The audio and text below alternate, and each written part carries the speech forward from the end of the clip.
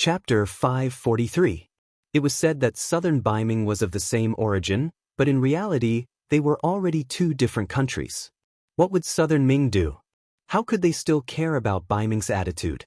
All of the courtiers were clear about this matter, so no one would foolishly accuse him of anything. They would just let the emperor vent his dissatisfaction. Not to mention, they didn't know whether this dissatisfaction was due to jealousy. Perhaps Dai Zong also wanted to trade with the people to get some money to spend. After all, who would complain about having more money in the national treasury? Although Baiming had already started paying business taxes, just Immortal Abode, Sky Beyond Heaven, and Yang Family Bank paid a lot of business taxes every month. Now, they were also doing business with Walla.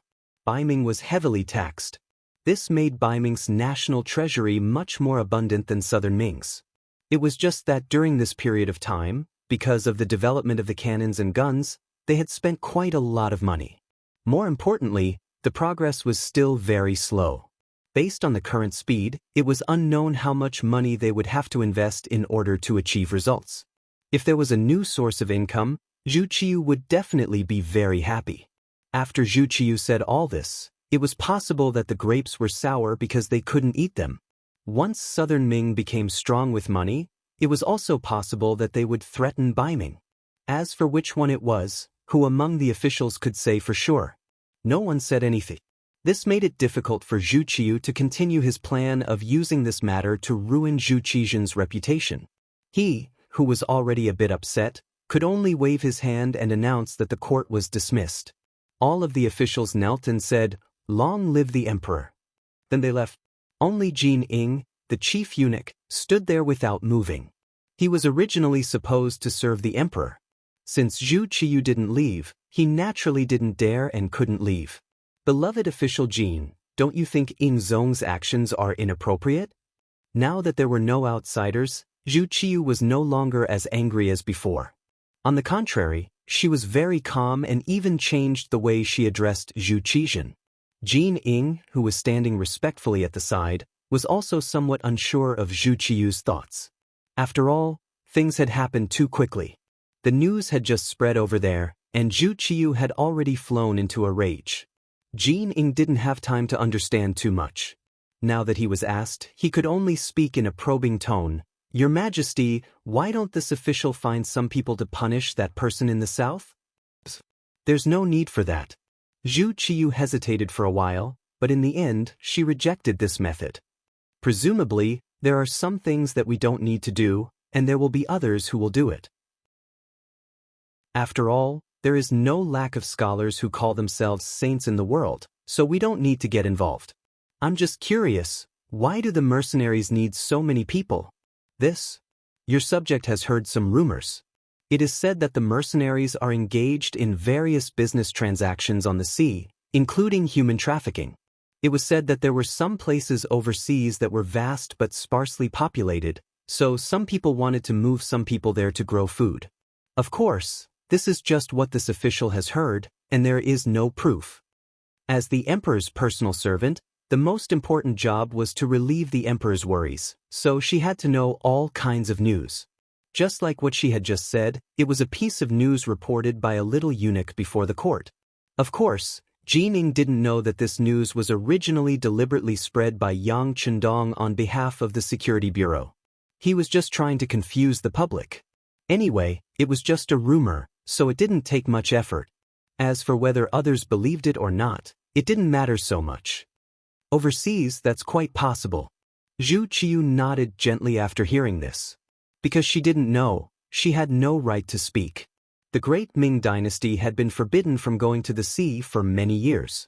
Regarding the matters overseas, she had only heard about it from the elders.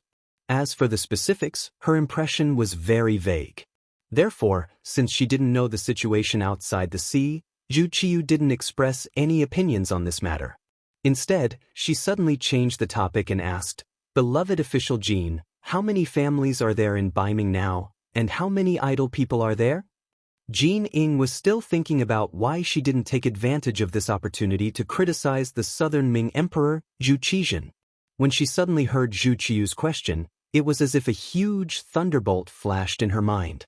She immediately understood the meaning of her master's words. It seemed that she also intended to follow suit. Ever since Zhu Qiyu ascended to the throne, she vigorously encouraged the people to have more children and increase the population. The results were quite good.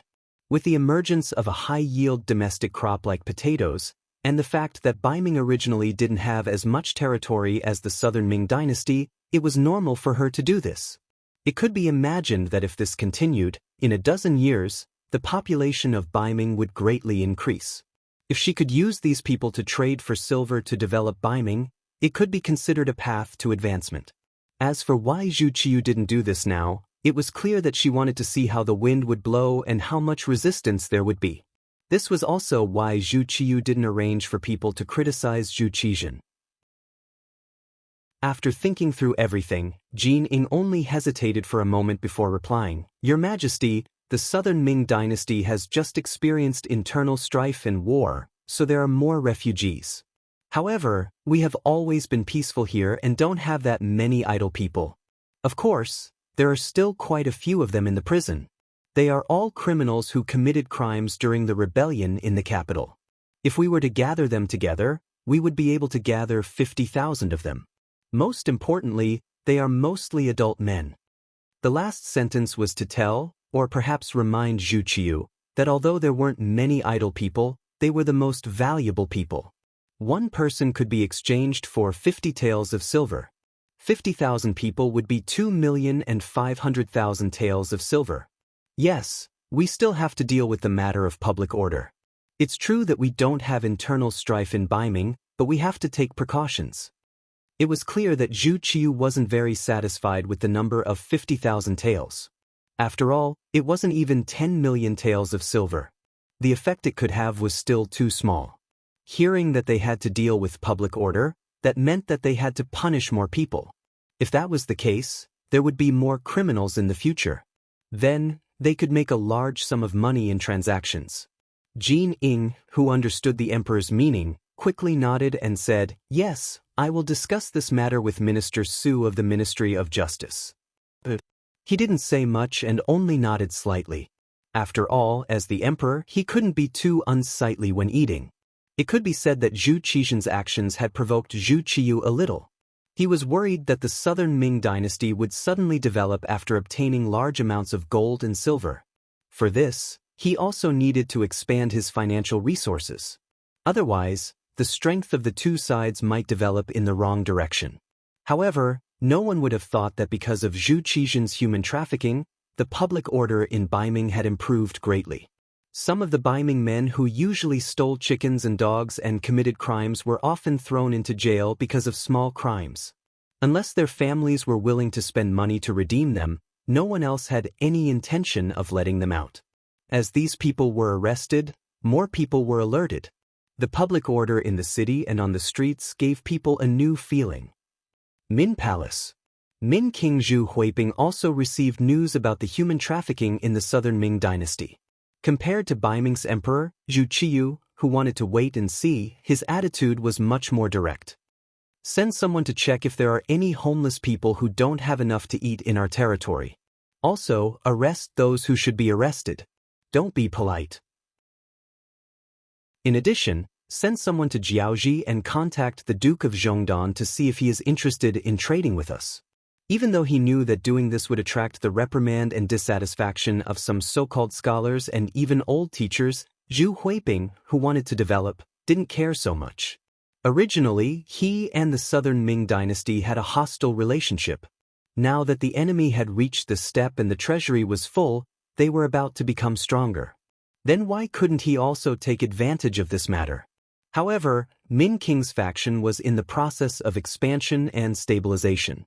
They also needed a large number of people to farm or work. There really weren't any extra people. Alright, this wasn't a big deal. Those who were willing to work hard would be used first, but those who were idling around had to be captured. Once enough people were gathered, they would naturally be able to trade with the mercenaries for gold and silver. Therefore, after Baiming, the public order in most of Yunnan, Guangxi, and Guangdong under Min King's faction had improved. This was something that Yang Chendong didn't expect before. At this time, Yang Chendong also received news from the front. When he learned that the southern Ming dynasty wanted to take out more than 4 million people to trade with him, he was stunned at first. Then he laughed happily. Originally, he thought that even if something as big as human trafficking could be done, because of the existence of those old teachers, there wouldn't be much success in the beginning. Even if Zhu Qizhen lacked money, he couldn't go too far in the environment where the Confucians were the center. It was just that he never thought that Zhu Qizhen would be so bold when doing things. He actually transacted more than 4 million people in one go. This was completely beyond his expectations, and he never thought that it would happen.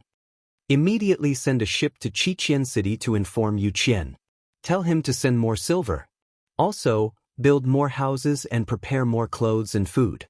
Also, inform the Navy to prepare more transport ships, the more the better. Yang Chendong excitedly stood up and continuously gave orders to Tiger's Mane, who was standing at the side. All right, call Yang San over. This time, so many people came at once. It is impossible for the southern Ming dynasty to not arrange for spies. Tell him to arrange people to keep an eye on suspicious people. Don't let the situation in Qiqian City be exposed. Yang Chendong thought for a while and added. Chapter 544. This time, there were more than 4 million people involved in the transaction. With such a large population, it would be too much work to completely screen out the spies sent by the southern Ming Empire. Since that was the case, it would be better not to screen them but to control them from the source. Once they entered Crimson City, they would not be released until they were thoroughly investigated. This way, even if the spies obtained the information they wanted, it would be useless if they could not upload it to Ryukyu Island. With so many Han citizens in his hands, it was obvious that the manpower in Crimson City would definitely be sufficient. As long as these newcomers were given time to get used to each other, it would not be long before a large number of useful people would appear under him. At that time, it would be time for him to expand greatly. Tiger's Mane went out to handle some matters. Yang Chendong was still a little excited and could not sit still. Looking at Beta Persei standing beside him, he seemed to have thought of something and asked, "Oh right, is there any news from the Lansong Kingdom?" "Young master, not yet," Beta Persei said in a low voice. He had no choice but to lower his voice. His voice was a little too loud. If he did not lower his voice, who knew if he would be frightened by the young master? If that happened, the young master would be scolded again. "Not yet." "Then go and tell the messenger in charge of contacting the Lansong Kingdom to give them 10 days. If there is still no news, then we will have to go and capture them ourselves." With so many Han citizens, Yang Chendong could be said to be full of confidence. If the Lansong Kingdom wanted to continue to be perfunctory, he did not mind sending troops to destroy them. Although the time was not completely ripe yet, if he squeezed a little, it could be considered as barely occupying another country. Yang Chendong's tone became a lot more vigorous. When the news reached the Kanglin Kingdom, King Paiyasai became nervous. Who was Yang Chendong? He was the general of the mercenary army. The powerful Jiaoji Kingdom had been destroyed so easily. In comparison, in terms of military strength, they were slightly weaker than Jiaoji, although he did not want to admit this fact. Previously, Jiaoji was the scapegoat for sending assassins to assassinate Yang Chendong, and was annihilated just like that. Now that Fan Yuhai was in Kanglin Kingdom, this excuse absolutely could not fall into the hands of the other party. General Sangwang was called and Paiyasai inquired about it. Sangwang La, the representative general of the Laos, was just like Lottie, the general of the Laos who had fallen into a trap. The only difference was that he was representing the interests of the Laos. "Your Majesty, General Cece is having a meeting with General Fan Yuhai. It's just that according to the news from the front, some of what General Fan said is not without reason." Sangwang La first bowed to Paiyasai, then told him what he had just learned. The so-called General Sexy is also one of the famous generals of the Lansong Kingdom. He represents the interests of the old dragon clan. "What did General Fan Yuhai say?" Paiyasai asked with a deep expression. "Your Majesty, General Fan said that since the mercenaries can find a reason to annihilate Jiaoji, they can also find a reason to deal with our Lansong Kingdom in the future. In other words, this war will be fought sooner or later. Since that's the case, why don't we take advantage of the fact that the enemy is tired from the battle and suddenly attack? At least we will have the upper hand, and General Fan Yuhai will fully support us when the time comes. It's equivalent to having one more ally and more strength. Sang Wenla said as he carefully observed King Piasai's expression. King Piasai fell silent when he heard this. How could he not know this? In the words of the Han people, this was called, without the lips, the teeth would feel cold. However, the mercenaries were pressing him. If he did not hand over Fan Yuhai, he would be in trouble. The current Longtime kingdom was not ready for war yet. Especially after the defeat of General Ladi's 100,000 soldiers, the entire kingdom was afraid of war when the mercenaries were mentioned. If they did not get rid of this fear, how could they fight the next war? Seeing Piasai standing there in silence, Sang Wenla spoke softly. Sang Wenla, who was watching from the side, whispered, "Your Majesty, why don't we tell the mercenaries that Fan Yuhai escaped with his soldiers and we didn't catch him? This way, at least on the surface, they will not be able to find trouble with us. Unless they want to deal with us in the first place, then there is no need for a reason at all." "Is that okay?" Piasai asked without confidence. "Why not? To put it bluntly, we are already giving them face by doing this. We are not a vassal state of the mercenaries. Why do we have to listen to them? We have already done our part by giving them a way out. Again, unless they really want to be our enemy, then no matter what we do, we will not be able to avoid a war.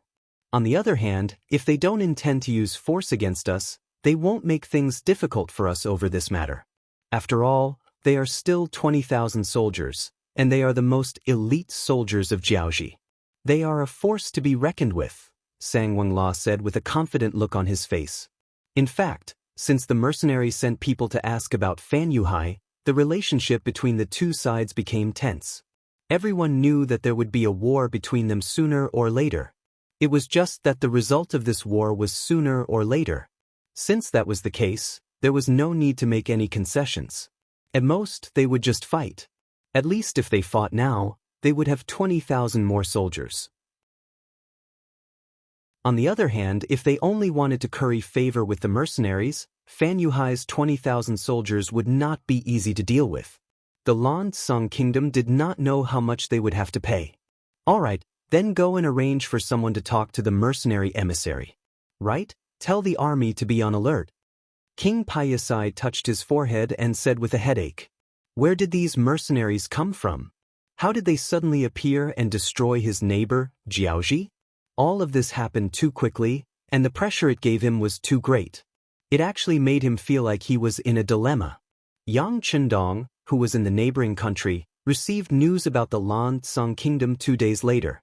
After hearing the reply, he laughed and put the matter aside. The Longtime king was also smart. He knew that there would be a war between them sooner or later, so he did not agree to his request. That was fine, he could just put it aside first. It was just an extra 20,000 soldiers from Fan Yuhai, so the mercenaries did not put them in their eyes. As for not looking for trouble now, it did not mean that they would not look for trouble in the future. The most important thing now was to get the 3 million Han people to Ryukyu Island first. Yang Chendong retracted his gaze from the Longtime kingdom and even called back the representative he had sent. He ordered the security bureau to send back the news from the Songjiang prefecture of the Southern Ming Empire in a timely manner. After requesting an update every day, he placed all his attention on the integration of the army. After the destruction of the Huang bandits and the Battle of Jiaoji, the 2nd Regiment of the Cold Front and a few auxiliary battalions had expanded to more than 10,000 people. After the accumulation of military achievements and the improvement of personal military qualities, the auxiliary soldiers had the opportunity to become Cold Front soldiers. After the various tests began, more and more people with the ability to pass the test joined Lung Feng's team. The auxiliary soldiers' assessment to become Cold Front soldiers was given to the 2nd Regiment Commander Luo Pe and Political Commissar Kong Jia. Yang Chendong's main focus was on the officers' assessment. One of the most important points was the establishment of the 3rd Regiment of the Cold Front. Yes, now that the 3rd Regiment of the Cold Front, 3 battalions and a regiment, a total of 1,300 people, had been established. It was time to choose a new regiment commander. There were 3 candidates for the position of regiment commander. They were the original 1st Battalion Commander Wu Sheng, 2nd Battalion Commander Qin Bo, and 3rd Battalion Commander Kong Chuanxin.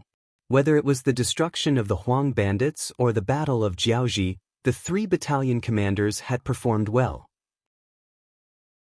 If not for the fact that the cold front was not strong enough, all 3 of them would have had the qualifications to be regiment commander. However, since the 3rd Regiment of the Cold Front was newly established, there was only one position for regiment commander.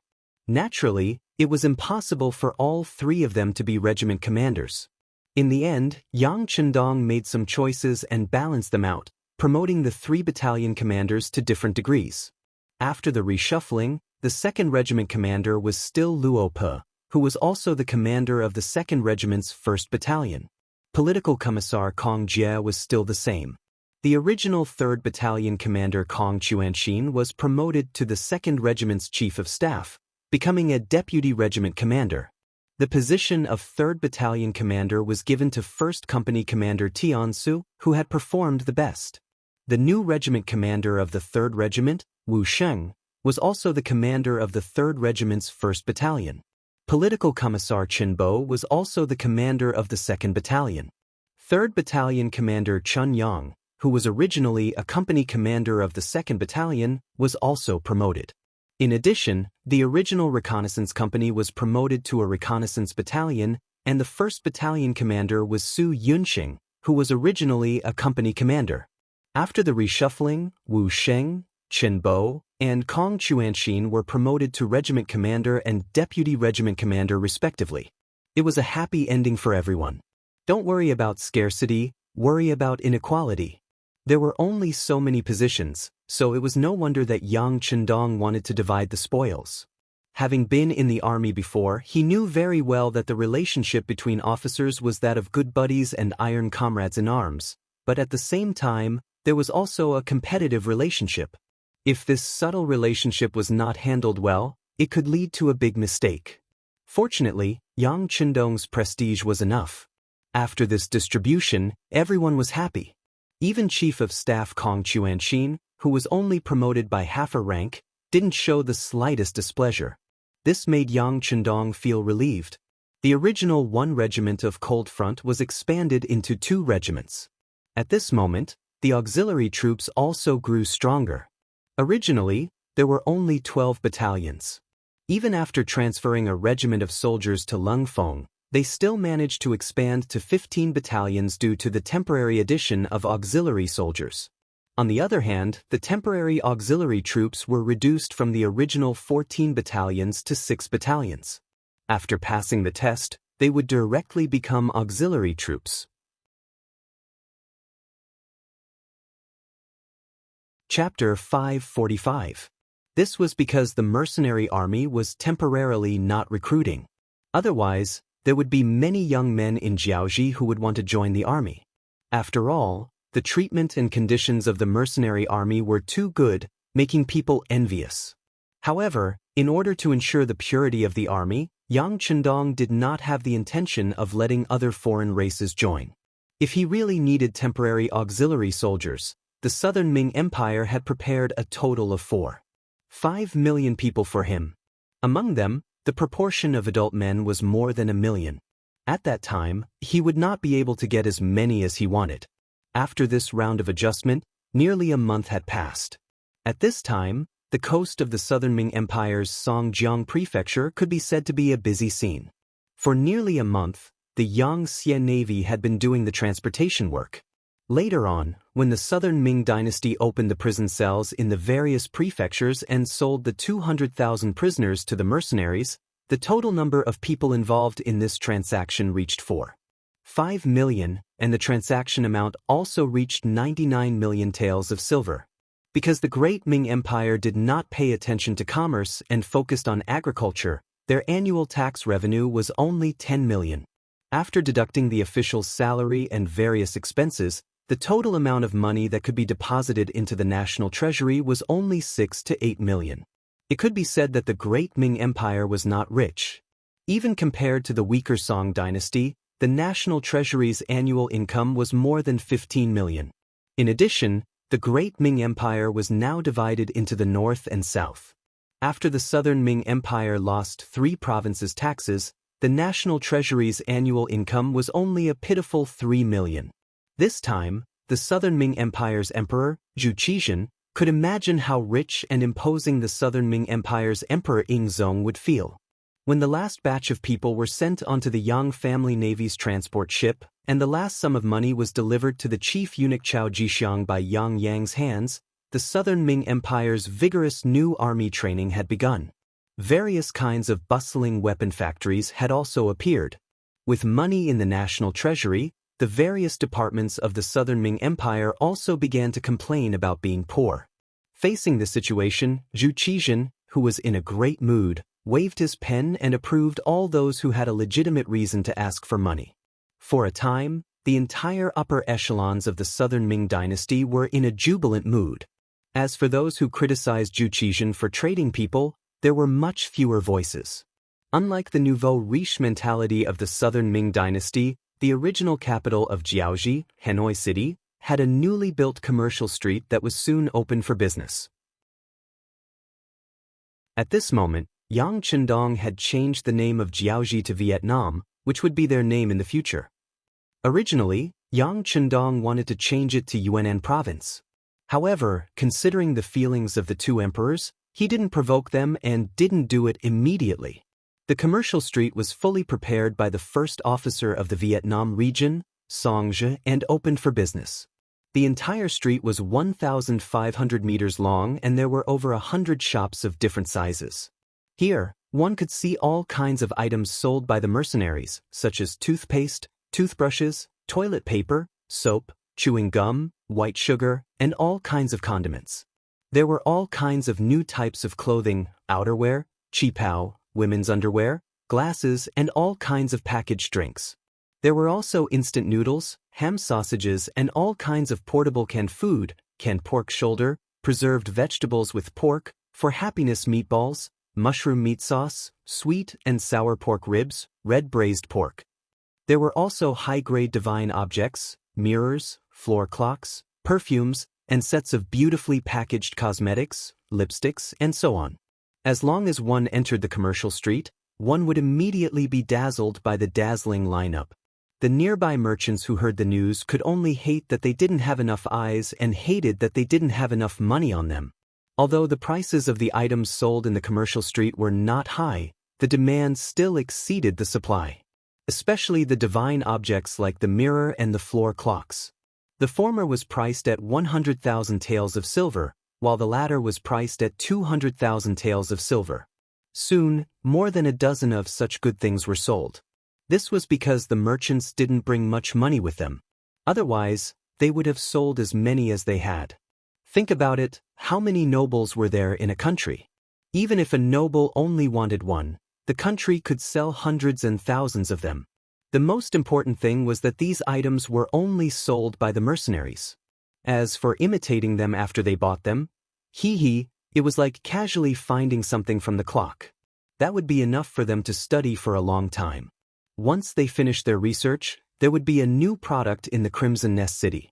Once the items were sold, it represented a large amount of money. In this era of monopoly, what was even more hateful was that there was no need to pay taxes. In just a short 7 days, the total amount of transactions reached 50 million taels of silver. This was only the first batch, because there were already many merchants who said that they would immediately return to their countries to prepare their money and prepare to come again.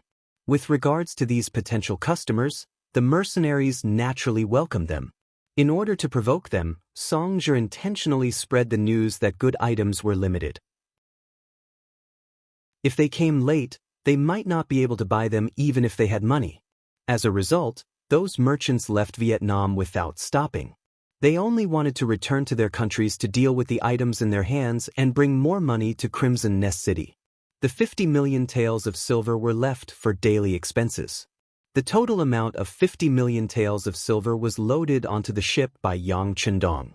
Then he personally led 2 Cold Vanguard platoons and 14 auxiliary battalions to Ryukyu Island. Considering the importance of Vietnam and the fact that Ruan Chunqing, Hongjin, and Chindi had not completely stopped the rebellion of the Jiaoji army, Yang Chendong left behind a Cold Vanguard platoon, 2 auxiliary battalions, and 6 temporary auxiliary battalions for Songzhi to use. At the same time, he also left behind 50,000 educated youths in Crimson Nest City. With them, the prosperity of Jiaoji, which was now Vietnam, was just around the corner. This time, Yang Chendong did not leave with great fanfare. After all, he was still the loyal duke of the great Ming dynasty. He still had to consider some things. However, when he stood on the bow of the ship and looked at the waves below his feet, he couldn't help but feel extremely excited as he got closer and closer to Crimson City. The last time he left Crimson Nest City was in 1448 AD. Now, it was already the 10th month of 1451 AD. In the blink of an eye, 3 years had passed. Although he had been reading various reports about Crimson Nest City and had a certain understanding of the development there, he did not see it personally. After all, he did not see it with his own eyes. His heart was filled with anticipation.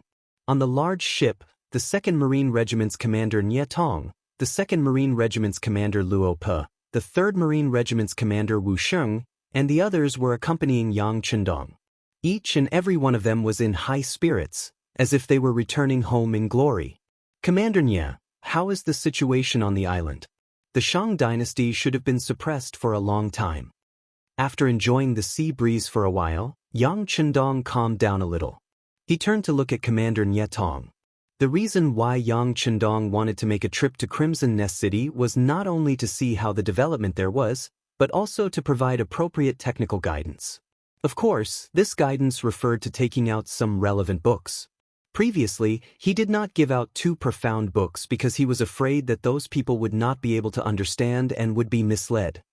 Another reason was to completely take over Ryukyu Island. Originally, he was worried about the lack of population. Even if he destroyed the Shang dynasty, he would not be able to control it well. However, it was different now. With the 5 million people from the southern Ming dynasty, although they could not use all of them, at least half of them would be sufficient. Hearing Yang Chendong ask about the situation of the Shang dynasty, Nie Tong immediately came over and said excitedly, "Sixth young master, everything is ready. Our brothers have said that under the joint attack of the army and navy, the Shang dynasty would be completely destroyed in 3 days." Very good. Hearing this answer, Yang Chendong laughed heartily in satisfaction. Since he came to this world, it had only been 3 years. However, he had changed too much. Once the foundation was laid, it would be the time for the Han race to soar into the world. The new pier of Crimson Nest City was currently filled with people. Many people were standing on the newly built cement plaza and looking into the distance. This was also because Division Master Lung Song was leading the team to maintain public order. Some unnecessary people had already been cleared away and went back to doing what they were supposed to do. Otherwise, the number of people waiting here would have increased exponentially. However, some people could be persuaded to leave, but some people could not be persuaded at all. For example, there were a few madams standing under a large umbrella. Although it was already October, when the sun was at its peak in the afternoon, it would still feel hot when the sun shone on one's body. The umbrellas were only used to prevent the sun from shining on them. Hu Yen, Madame Shui, and Hu Man were waiting there with their respective maids Xiao Qing, Xiao Wei, and Xiao Yun. About 50 meters away from them, there was a tall young lady in military attire who was also standing there and looking up. This lady was wearing a camouflage military uniform with the insignia of a major. She stood there with her back straight. Perhaps because she was exposed to the sun often, her skin was not very white. Strictly speaking, it was still a healthy, wheat-like complexion. It was precisely because of this that when her large eyes blinked, she appeared to be more spirited and had an indescribable heroic temperament. She was the head of the Crimson Nest City's military propaganda department, Luan Xiaoyu. She was the girl that Yang Chendong hugged 3 years ago. However, compared to that time, she was now nearly 1.6 meters tall. One must know that she was not yet 14 years old, but she already had a pair of long legs. If she continued to grow in this way, it would be easy for her to reach 7 meters tall.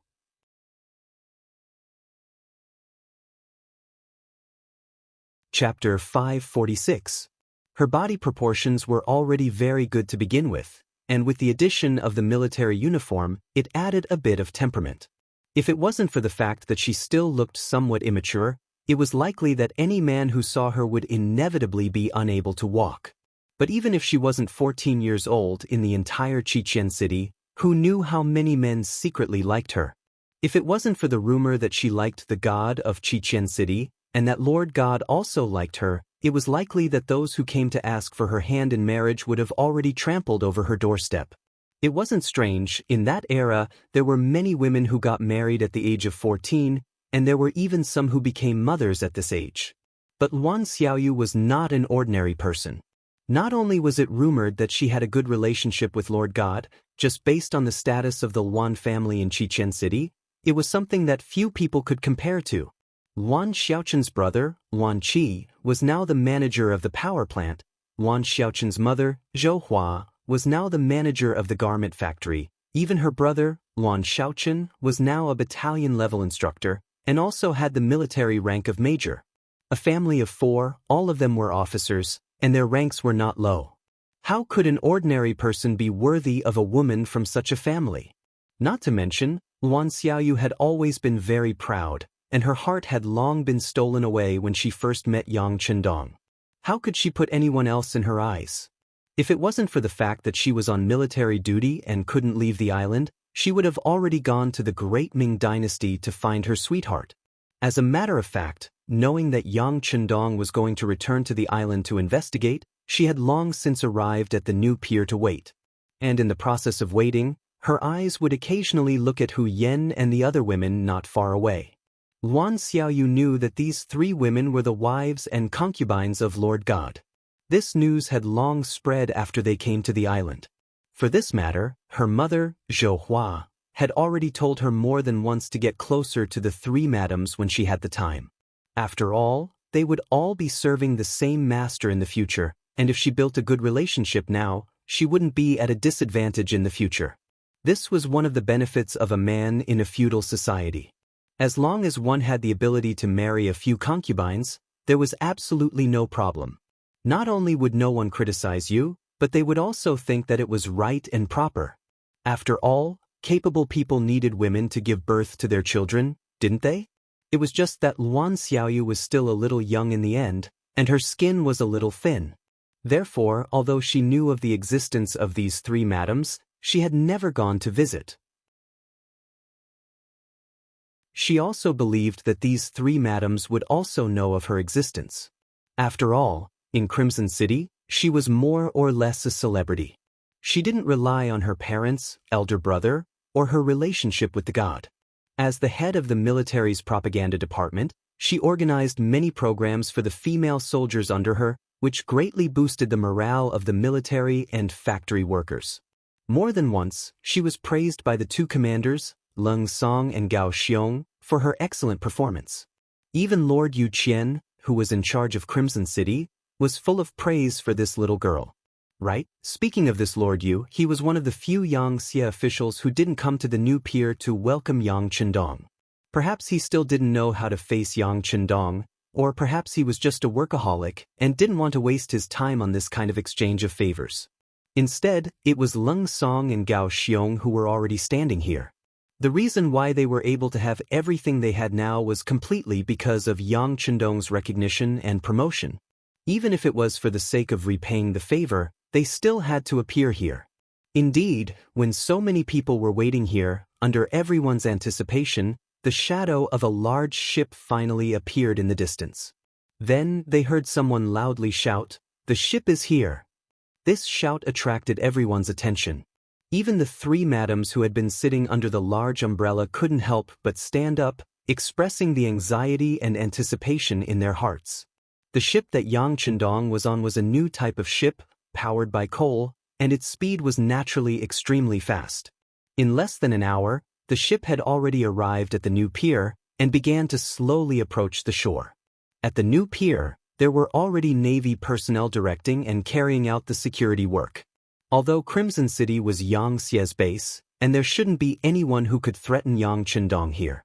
However, for the sake of safety, the necessary security work still had to be done. Just like when the ship approached the shore, the first and second guards came down first and took over and supplemented the security work. After the security work was arranged, Yang Chendong walked out of the ship with Luope and Yeyong and came to the new pier. When his footsteps landed on the new pier, Yang Chendong felt a very strong sense of security. He couldn't help but feel better and laughed heartily. Husband. As soon as Yang Chendong stepped into the cement square in front of the pier, Hu Yen had already come over with the third madam, Lady Shui, and the fifth madam, Su Man. Madam, he, thank you for your hard work.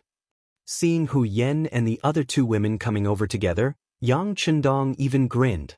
Then, in front of everyone, he opened his arms and hugged Hu Yen, who was walking in front, in his arms. This action was naturally emotional. Although they hadn't been separated for a long time, they had experienced a lot, and it gave people a feeling of being separated for a long time. In addition, Yang Chendong was an emotional person, so at this moment, he naturally didn't suppress his emotions. However, such an action was still a bit exaggerated in the eyes of others. Some of the surrounding security guards and Navy soldiers couldn't help but quickly turn their heads in other directions. Obviously, for them, such an action was still a bit too much. At that time, even if there was something between husband and wife, they had to go back to the boudoir to do it. In front of outsiders, hugging was already considered an immoral thing. Once some old masters saw it, they would inevitably be lectured or even punished. However, Yang Chendong didn't have such awareness. This was just a hug in public. Compared to the later generations who dared to kiss on the street, this was really nothing. This hug made Hu Yen very happy, but she was also a little shy. Her cheeks were red, and she whispered in Yang Chendong's ear, "Husband, many people are watching. Besides, if you want a hug, you can't just hug me. There are also two sisters." This was the demeanor of a first wife. Her husband had other women. Not only could she not stop it, but she also had to pretend to be very magnanimous. Even if this magnanimity was just a pretense, she had to keep up the pretense. Otherwise, the title of a jealous woman would fall on her head. Listening to Hu Yen whispering to him, Yang Chendong chuckled and whispered, Then I'll deal with you tonight." Then, regardless of Hu Yan's blushing face, he let go of her and hugged Madame Shui and Su Maner, who were beside him. Naturally, the two women's faces were bright red and glistening. After hugging the three women, Hu Yen walked up and pointed her chin forward slightly. "Husband, there's another sister over there." Yang Chendong looked up with some confusion and saw Luan Xiaoyu standing in the crowd. Although she was surrounded by a group of female soldiers, she still stood out like a crane in a flock of chickens, standing out from the crowd. "Xiaoyu? You've grown so tall." Yang Chendong's memory was good. He recognized Luan Xiaoyu when she seemed to have changed her appearance. Then, he laughed heartily and strode over. Seeing Yang Chendong walking toward her, Luan Xiaoyu's heart pounded. Then, she didn't know where she got the courage to run over and plunge into Yang Chendong's arms. Hugging Luan Xiaoyu, feeling her accelerated heartbeat and the fragrance of a young girl coming from her body, Yang Chendong couldn't help but feel emotional. The scene of the first time he saw this woman appeared in his mind. The malnourished girl who seemed to be extremely happy just by getting a piece of candy had now become a young girl and had grown up. Luan Xiaoyu felt Yang Chendong's broad chest and the warmth of his body, which made her feel intoxicated. She didn't know how many times she had imagined this scene in her heart. She just hoped that this moment would stay here forever. It was just that it was difficult for beautiful things to last forever. Not far away, two military officers with the rank of colonel came over. They were the two division commanders, Lung Song and Gao Xiong. "Okay, go to your sister whose place first. We'll catch up later." Patting Luan Xiaoyu's back, Yang Chendong said softly, "Okay." Luan Xiaoyu happily agreed. She had already understood the meaning behind these words. Since she was allowed to stay by Hu Yan's side and call her sister, didn't that mean that he had acknowledged her position? Luan Xiaoyu ran to Hu Yan and the other two with a red face and called them sister one by one. Then she quickly laughed and chatted with them, becoming one of them. On this side, Leng Song and Gao Xiong had already stood in front of Yang Chendong and gave a standard military salute. Yang Chendong first returned the salute with a solemn expression. After he put down his arms, he smiled and raised his hand to punch Leng Song and Gao Xiong in the chest. Not bad, you two have become a lot stronger. If there's a chance, let's spar. Feeling the sincere friendship shown by Yang Chendong, the two division commanders also laughed. But they didn't give any answer to this matter of sparring. Not for anything else, but because they had long heard that the 6th young master's strength had improved a lot recently. Even the entire second guard team of 20 people was no longer his opponent. Although the first guard team could still suppress him, it seemed that they wouldn't be able to last long. Sooner or later, they would be defeated.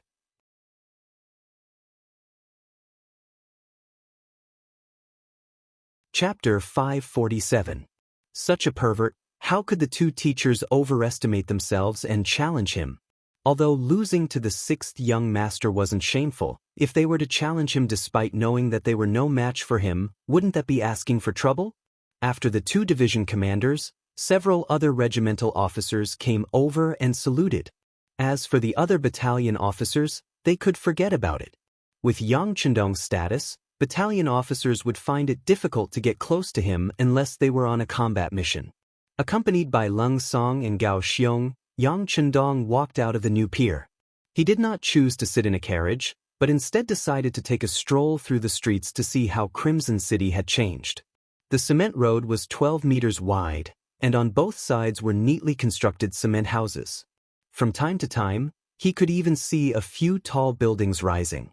All of this left Yang Chendong nodding his head in approval. This was only the outer perimeter of Crimson City, but it was already so well maintained. In terms of hygiene, Yang Chendong was particularly satisfied. In comparison, the cities of the Great Ming Dynasty were completely lacking in quality. Back in the Great Ming Dynasty, even the capital of the Great Ming Dynasty was filthy and disorderly. In terms of urban environment, the streets were cramped and filled with feces and urine, with mosquitoes and flies flying about. The sweltering heat of summer exuded an unpleasant stench, and when it rained, there would be waterlogging everywhere, causing plagues to occur from time to time. On the other hand, the streets of Crimson City were not only wide, but also clean and sanitary. Every several hundred meters, one could see a public toilet, effectively solving the problem of people going to the toilet. Of course, this was just a difference in terms of hardware. In terms of people, the streets of the Great Ming Dynasty were filled with eunuchs, prostitutes, and beggars. All sorts of ugliness reigned supreme in the world. In terms of the mental state of the citizens, there were many greedy and lazy people, and few kind and diligent people. Unlike in Resin City, there was almost no one on the streets. What he saw the most was the towering chimneys. From time to time, black smoke would come out, indicating that the factories were in operation. The workers were busy with production and self-sufficient. It could be said that the scenery here was completely different from the outside world. Yang Chendong wasn't the only one who felt this way. Even the newcomers felt the same way.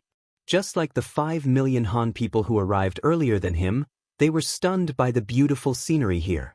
Perhaps in the eyes of many people, even the heaven in their hearts was nothing more than this. They quickly entered a temporary resting place. Although it was only a temporary house built in a rush, the conditions and environment were much better than their previous living conditions. At this moment, the people who had originally left their homes and were still resentful towards this place quickly adapted to it. Not many people thought of leaving. Not bad. The environment is good and the streets are clean. After walking for a while, they could see green grass and tall, thick and lush trees. Yang Chendong had a satisfied look on his face. Green City was something he had considered when he first built Red Nest City. A good environment could always make people happy. In such an environment, when people were in a good mood, their efficiency in doing things would also increase. As for Yang Chendong's performance, The two teachers didn't dare to claim credit. This was all arranged by the sixth young master before he left. They were just following the instructions, so they just laughed. All right, although the order was given by me, you guys also deserve credit for carrying it out. Yang Chendong seemed to know why the two of them were laughing, so he directly said it. Yes, thank you for the praise, sixth young master. The two teachers quickly stood up and bowed. Yang Chendong smiled and asked the two to put down their hands, then continued walking forward. At this moment, they arrived at a large factory surrounded by walls. This should be a factory, but I don't know what it is for? Replying to the sixth young master, this is the main garment factory. Leng Song explained. Hearing that it was the main garment factory, Yang Chendong nodded. Then let's go in and take a look. This was out of curiosity, and also a kind of inspection. It was a surprise inspection. However, it was obvious that Leng Song and Gao Xiong didn't have any intention of rejecting this request, nor did they show any signs of nervousness. It was obvious that they were very confident in this place and weren't afraid of inspection. Yang Chendong saw the two teachers' reactions and nodded to himself. His footsteps didn't stop as he walked into the factory with the signboard of the main garment factory. Red Nest City implemented military-style management, so there were naturally guards at the entrance of such factories. On this point, Yang Chendong learned from some factories in the future. In order to prevent some people from causing trouble, every factory had a department and organization called the security department. If the security department couldn't solve a problem, they would contact the nearby public security bureau. If they still couldn't solve it, then they would have to use the military. The guards here were very competent. If not for the factory's workers, they wouldn't be allowed to enter. It was just that this time, Yang Chendong's background was too great. Not to mention the group of people following him from afar, just the two people beside him were actually the strongest representatives of Crimson City's military. Two division commanders had come together. This lineup made the guards in charge of guarding the factory a little flustered. Then, someone immediately ran to the inner department of the factory to report. At this moment, the main garment factory was also very lively. The reason why it was called the main garment factory and not the main garment factory was because it wasn't made up of just one factory. Inside, there were the first textile factory, the second textile factory, the garment factory's underwear factory, and the military uniform factory.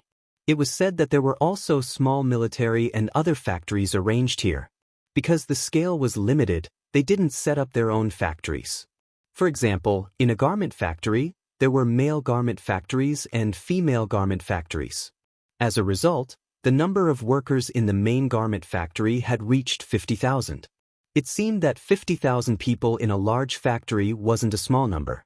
If they were divided into several branch factories, and each branch factory was still operating on 3 shifts, then this amount of people wouldn't be considered much at all. It must be known that in this era, there were simply too few machines. Most of them relied on manual labor.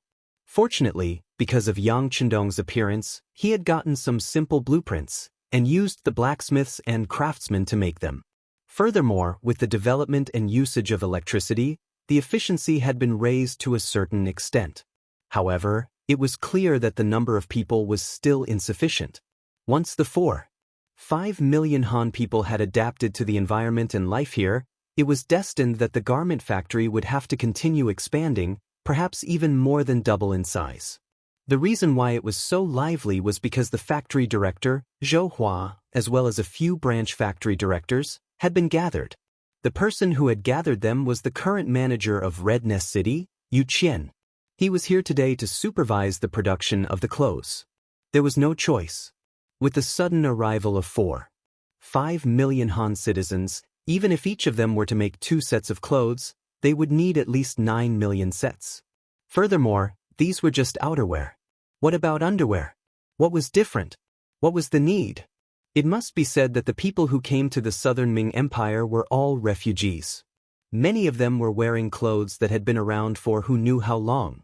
Therefore, things like lice and pests would definitely exist. When they entered the new pier, each of them was given an outerwear. As for their previous clothes, they were all gathered together and burned. It was just that these 4.5 5 million sets of clothes were still in stock from the previous garment factory. Moreover, they were not custom-made. As a result, some people's clothes were too short, while some people's clothes were a little too long for their children. There was nothing that could be done about it.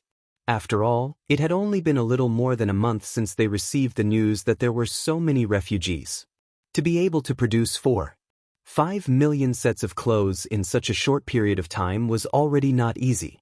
Regarding this situation, Yu Qian naturally had some understanding. However, it was useless for him to understand. Right now, there were so many people waiting for a change of clothes. Being urged by his subordinates, he came to the main garment factory and gathered the directors of the branch factories to see if there was a way to solve the problem. Factory directors, I won't say too much. It's all about work. How about this? The underwear factory and the military uniform factory temporarily stop your work and focus on producing ready-made clothes to increase production. What do you think?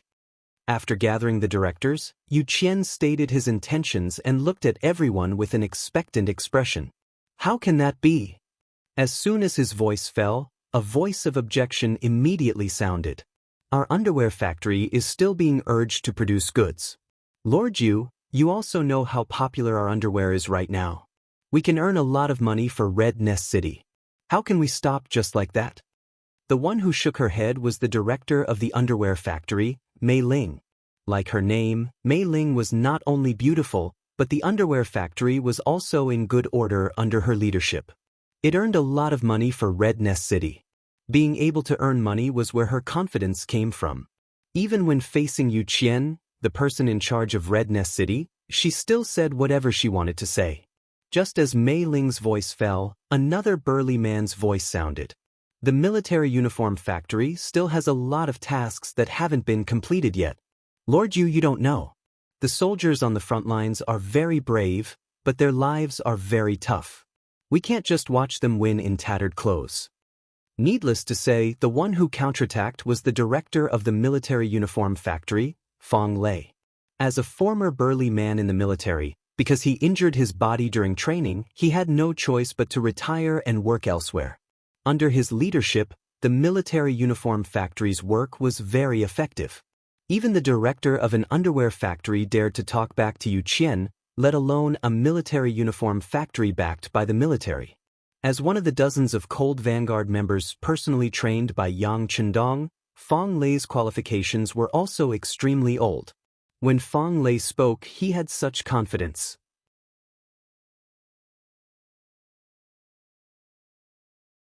Chapter 548.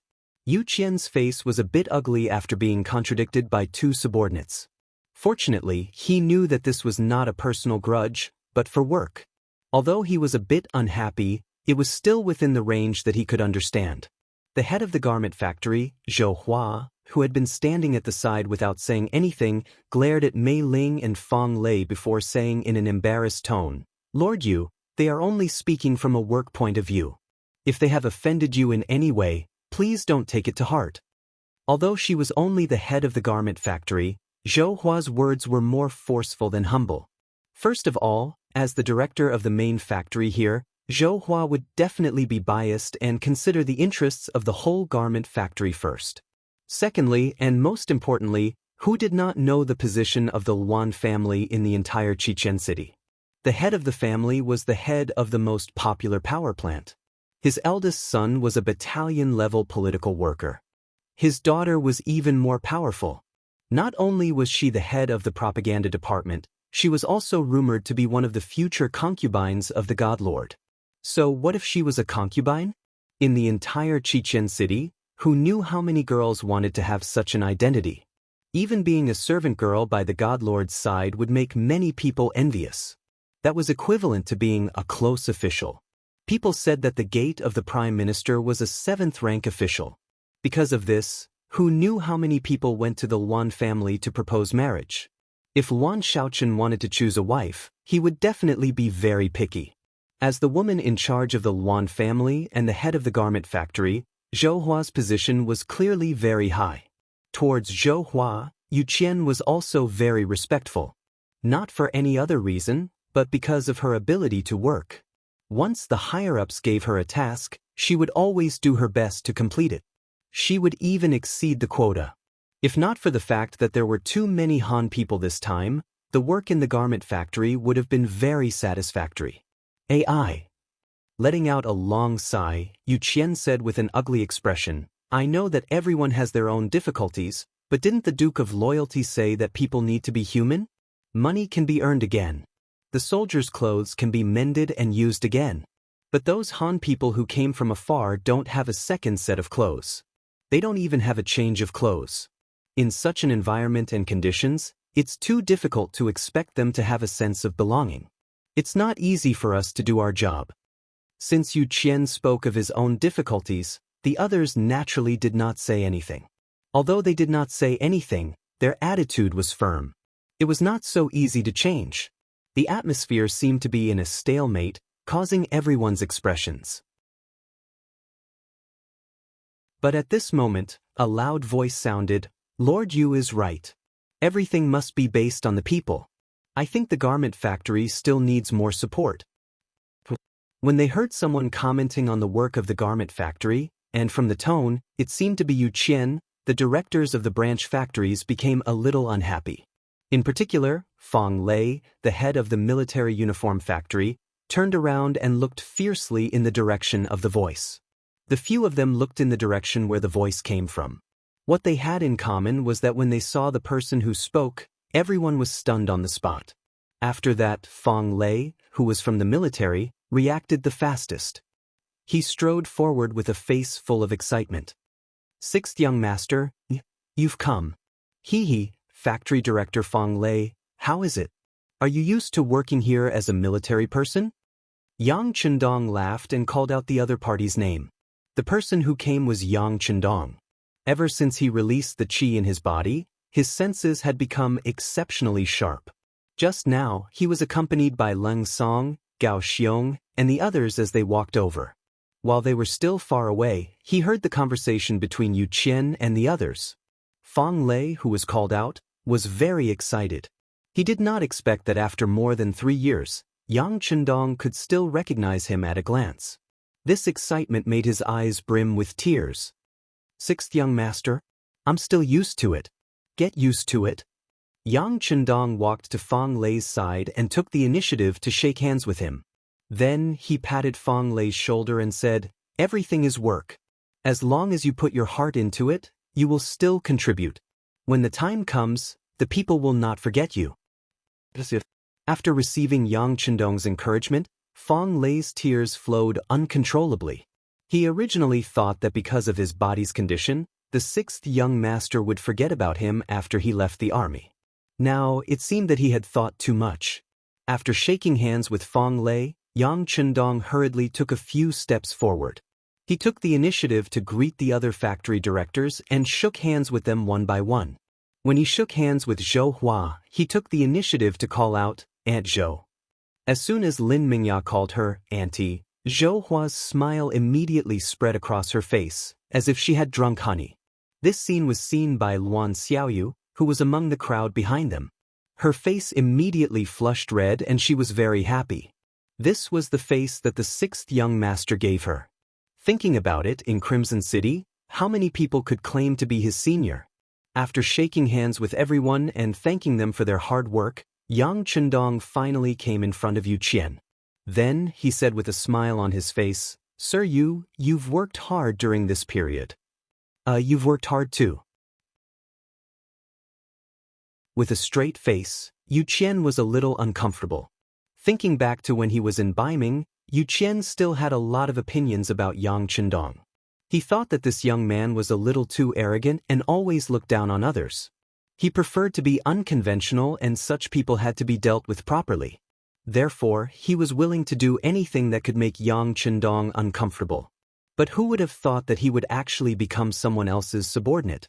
This was really fate making a fool out of him.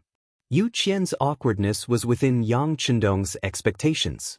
However, Yu Qian was a capable person and he respected capable people very much. Therefore, he would not talk about the past in front of everyone, let alone make things difficult for Yu Qian. On the contrary, After greeting the few people, he stood firmly on Yu Qian's side and gave a speech. Factory directors, Sir Yu's words are very reasonable. I once said that technology is the #1 productivity, but at the same time, we have to put people first. This time, we spent a lot of money to liberate more than 4 million Han civilians from the Southern Ming dynasty. They are our brothers. As a family, how can we watch our brothers have no clothes to wear? I don't think that's possible. Therefore, I personally suggest that the underwear factory and military uniform factory cooperate with the garment factory and solve the problem of the civilians wearing clothes first. As for making money, it can be done at any time. Take care of the uniforms carefully and sew them up. I'm sure the cute soldiers below won't have any objections, right? When he said the last sentence, Yang Chendong had already turned around and looked at Leng Song and Gao Xiong behind him. Yes, sixth young master is right. Our army and the civilians are one family. It's only right that we help each other. Leng Song and Gao Xiong looked at Yang Chendong's gaze and knew what to say. Although this was Yang Chendong's personal suggestion, the entire Crimson City was created by him. What difference was there between his words and the emperor's decree? As for whether Mei Ling and Fang Lei would have any opinions, not to mention that they had no way of refuting Yang Chendong's decision, he could decide their future with just a few words. Who would joke about this matter? What, if you don't want to work anymore, then leave. A three-legged toad is hard to find, but aren't there plenty of two-legged talents? Yes, we will immediately follow the sixth young master's instructions. Zhou Hua immediately expressed her stance. This time, no one dared to object. The matter was resolved. Seeing that Yang Chendong didn't have any other instructions, Zhou Hua told the factory directors to do what they were supposed to do. Originally, he wanted to let Yang Chendong say a few words, but considering that he had just returned to Crimson City and didn't know much about the various matters, he was afraid that what he said at this time would be biased, so he decided to find another opportunity. After leaving the garment factory, the person beside Yang Chendong changed to Yu Qian. Compared to the awkwardness when the two met, when they talked about work, Yu Qian's expression slowly returned to normal. Yang Chendong also had a rough understanding of the current Crimson City from Yu Qian. After the destruction of Jiaoji, about 500,000 people migrated from there. In addition to the 4,500,000 from Southern Ming, the population increased by about 5 million. For the Yangxia government, which only had a population of 1 million, the pressure was obvious. In Yu Qian's words, whether it was Crimson City or even the entire Ryukyu Island, there was a limit to the number of people it could support. Even if they took down the first Shang dynasty and completely liberated this place, the population shouldn't be too high. Otherwise, the pressure would be too great. Yang Chendong had a better understanding of Ryukyu Island than anyone else. It was only 6 million people. Even if the remaining 1 million people from the first Shang dynasty were included, it was only 7 million people. For Ryukyu Island, which had a surface area of 36,008 square kilometers, it wasn't much of a pressure. From what he knew, the population of Ryukyu Island in the past had reached 20 million people. Other than the lack of housing, didn't the people there live quite well? However, since this question was raised by Yu Qian, Yang Chendong naturally couldn't deny. Instead, he nodded and said, "All right, I understand. However, Lord Yu, don't worry. Now that we have conquered Jiaoji, it will become our second base. After that, we will conquer the Lansong Kingdom and the other small countries nearby. When that time comes, the pressure on the population will shift."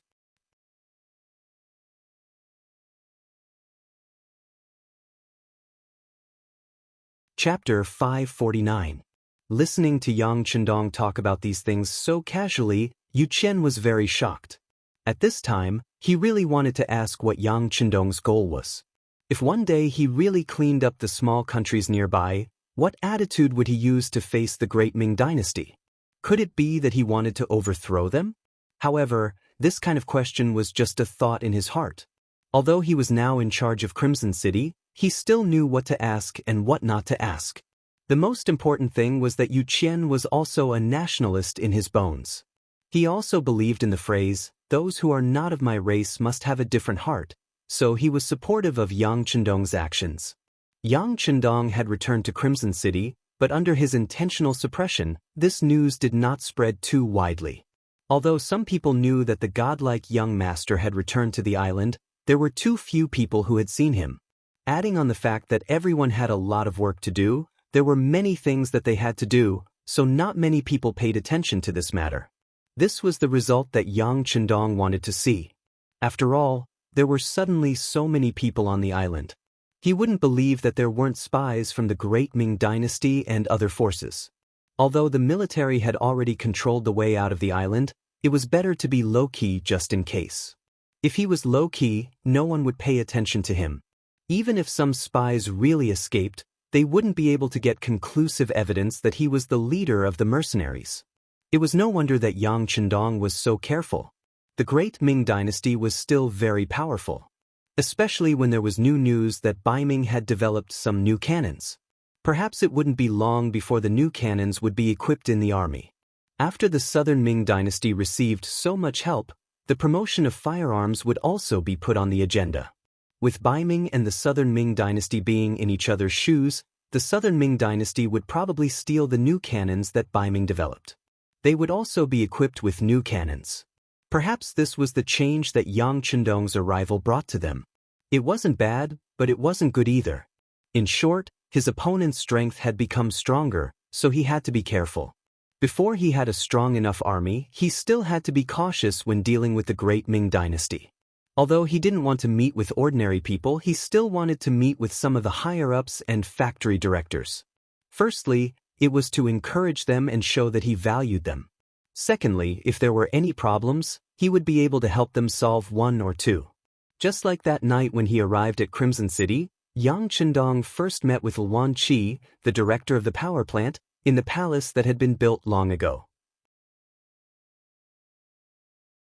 Electricity, as an advanced technology, had already been used in some practical work in Crimson City. For example, the machinery of the textile factory, the simple mixer and production of the cement factory, the craft of the glass factory, the machinery of the paper mill and the brewery, the craftsmen and blacksmiths working with iron and steel, and so on. There were also things like the arts troupe, the publicity department's performance, as well as things like civilian electricity. Electricity was very complicated. If there was only one idea, it would be very difficult to turn it into reality. However, once it was really done, it would be much simpler. After the cultivation and use of rubber on a large scale, it would be even simpler to use. Yang Chendong called Luan Qi over mainly to talk to him about the use and situation of electricity. Luan Qi might be very impressive in front of outsiders, and even many departments that used electricity needed to have a good relationship with him to do things. However, in front of Yang Chendong, he had always been very humble. He wouldn't forget that electricity came from the sixth young master's ideas, and even a lot of his knowledge was learned from the books that the sixth young master gave him. It could be said that in front of the sixth young master, he was just a primary school student. Because he was really humble, when facing Yang Chendong, Luan Qi gave a detailed report of everything he knew. For example, the current needs of electricity, as well as some projects that were being developed.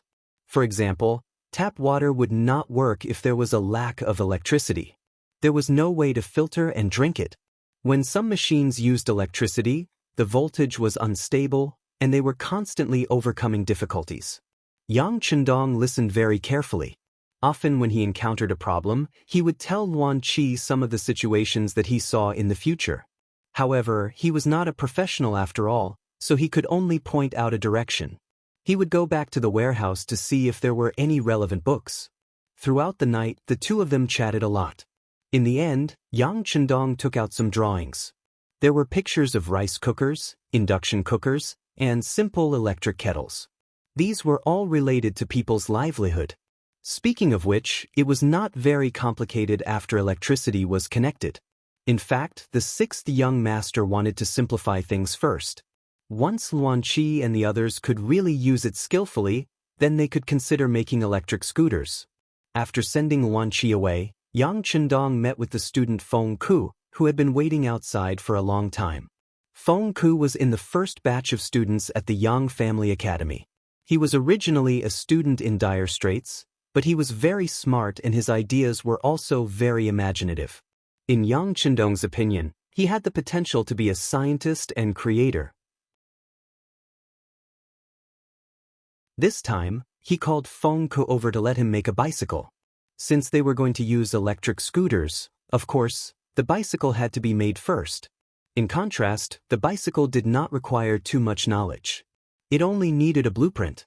The craftsmen and blacksmiths just needed to make the relevant parts. With rubber tires, it could be said that everything was ready. Feng Ke left with the bicycle blueprint with joy and excitement. He believed that tonight would be a sleepless night for him. Are you still not going to rest? After drinking a few pots of tea, Hu Yen, as the first madam, appeared in the side hall of the palace. Stretching his body, Yang Chendong smilingly patted his right leg. He knew that he was too eager to achieve success, which resulted in him neglecting the few ladies. It was truly a sin. Although they were already an old couple, Hu Yen still sat down on Yang Chendong's lap with a blushing face. Then, with a hug, her body was suspended in the air. Then came the sound of Yang Chendong's laughter. In his arms, Hu Yen buried her head very deeply. Such a shy appearance made Yang Chendong unable to stop himself from having a primitive impulse. Let's go. It's late, it's time to rest, huh? Yang Chendong's laughter resounded in the palace. Then, with Hu Yen in his arms, he strode toward the bedroom at the back of the palace. The moon hid in the clouds shyly. That night, Yang Chendong showed his power. The qi in his body became very active. Not only did he subdue Hu Yen, but he also hugged the other two madams, Lady Shui and Su Maner. Even so, it still did not satisfy him. If he did not consider that they were his wives and did not want to ravage them too much, he was afraid that after this night, the three of them would not be able to get out of bed for 3 days. After a night of absurdity, they had unlocked too many embarrassing positions. The 3 women accompanied Yang Chendong until dawn. After that, they fell into a deep sleep. On the contrary, Yang Chendong became even more spirited. He felt that with the help of qi, his whole body was refreshed. At this moment, it was as if his strength had obtained another breakthrough. After sleeping with the 3 women, he walked out of the bedroom and came to an empty martial arts field. He started to practice martial arts. Indeed, it gave people the feeling that he was a juggler. If there were people from later generations here, they would definitely watch all of this as if they were watching a martial arts movie. The only difference was that Yang Chendong did not install any auxiliary items such as wires on his body. In other words, Yang Chendong's leap was more than 10 feet high. It was completely done with his own strength. 10 feet was 3 meters. More than 10 feet could reach a height of 4 meters. However, Yang Chendong could jump straight to such a height after forcefully pulling out the scallion from the dry land. If he was given a chance to run, he would probably jump half a meter higher. This could be described as Qin Gong. In fact, even Qin Gong was not as powerful as this. After all, there was a limit to the jumping speed of the human body. It was already good for an average person to jump about half a meter. It was already shocking for those professional basketball players to jump more than a meter. However, these were nothing in front of Yang Chendong at this moment. Feeling that his body was as light as a swallow, and the existence of the qi seemed to allow him to perform all kinds of dangerous actions that existed in his imagination at will. After there was absolutely no difficulty, Yang Chendong tried his best to break through. Waves of turbid qi were spat out, and his body became more vigorous. Fortunately, this place was very close to the bedroom in the back hall of the palace. Usually, no one would appear here. Even the soldiers of the first and second guard teams could not appear here without orders. After all, everyone wanted privacy. No man would want his wife to be stared at by other men every day, right? It was precisely because of this that Yang Chendong's performance today was not discovered by anyone.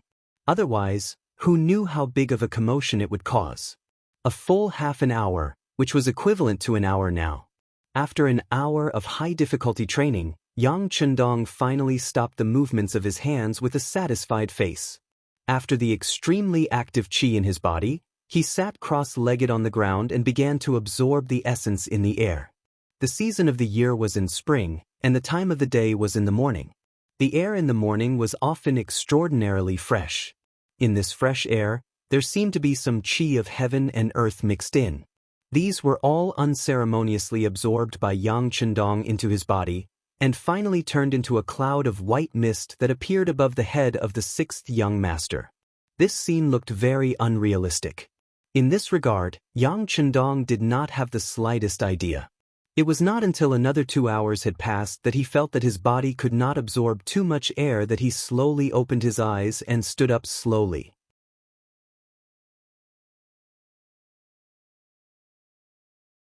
Chapter 550. At this moment, he felt that the bones in his body seemed to have become lighter. On the contrary, the strength of each punch was more than 10% stronger than before.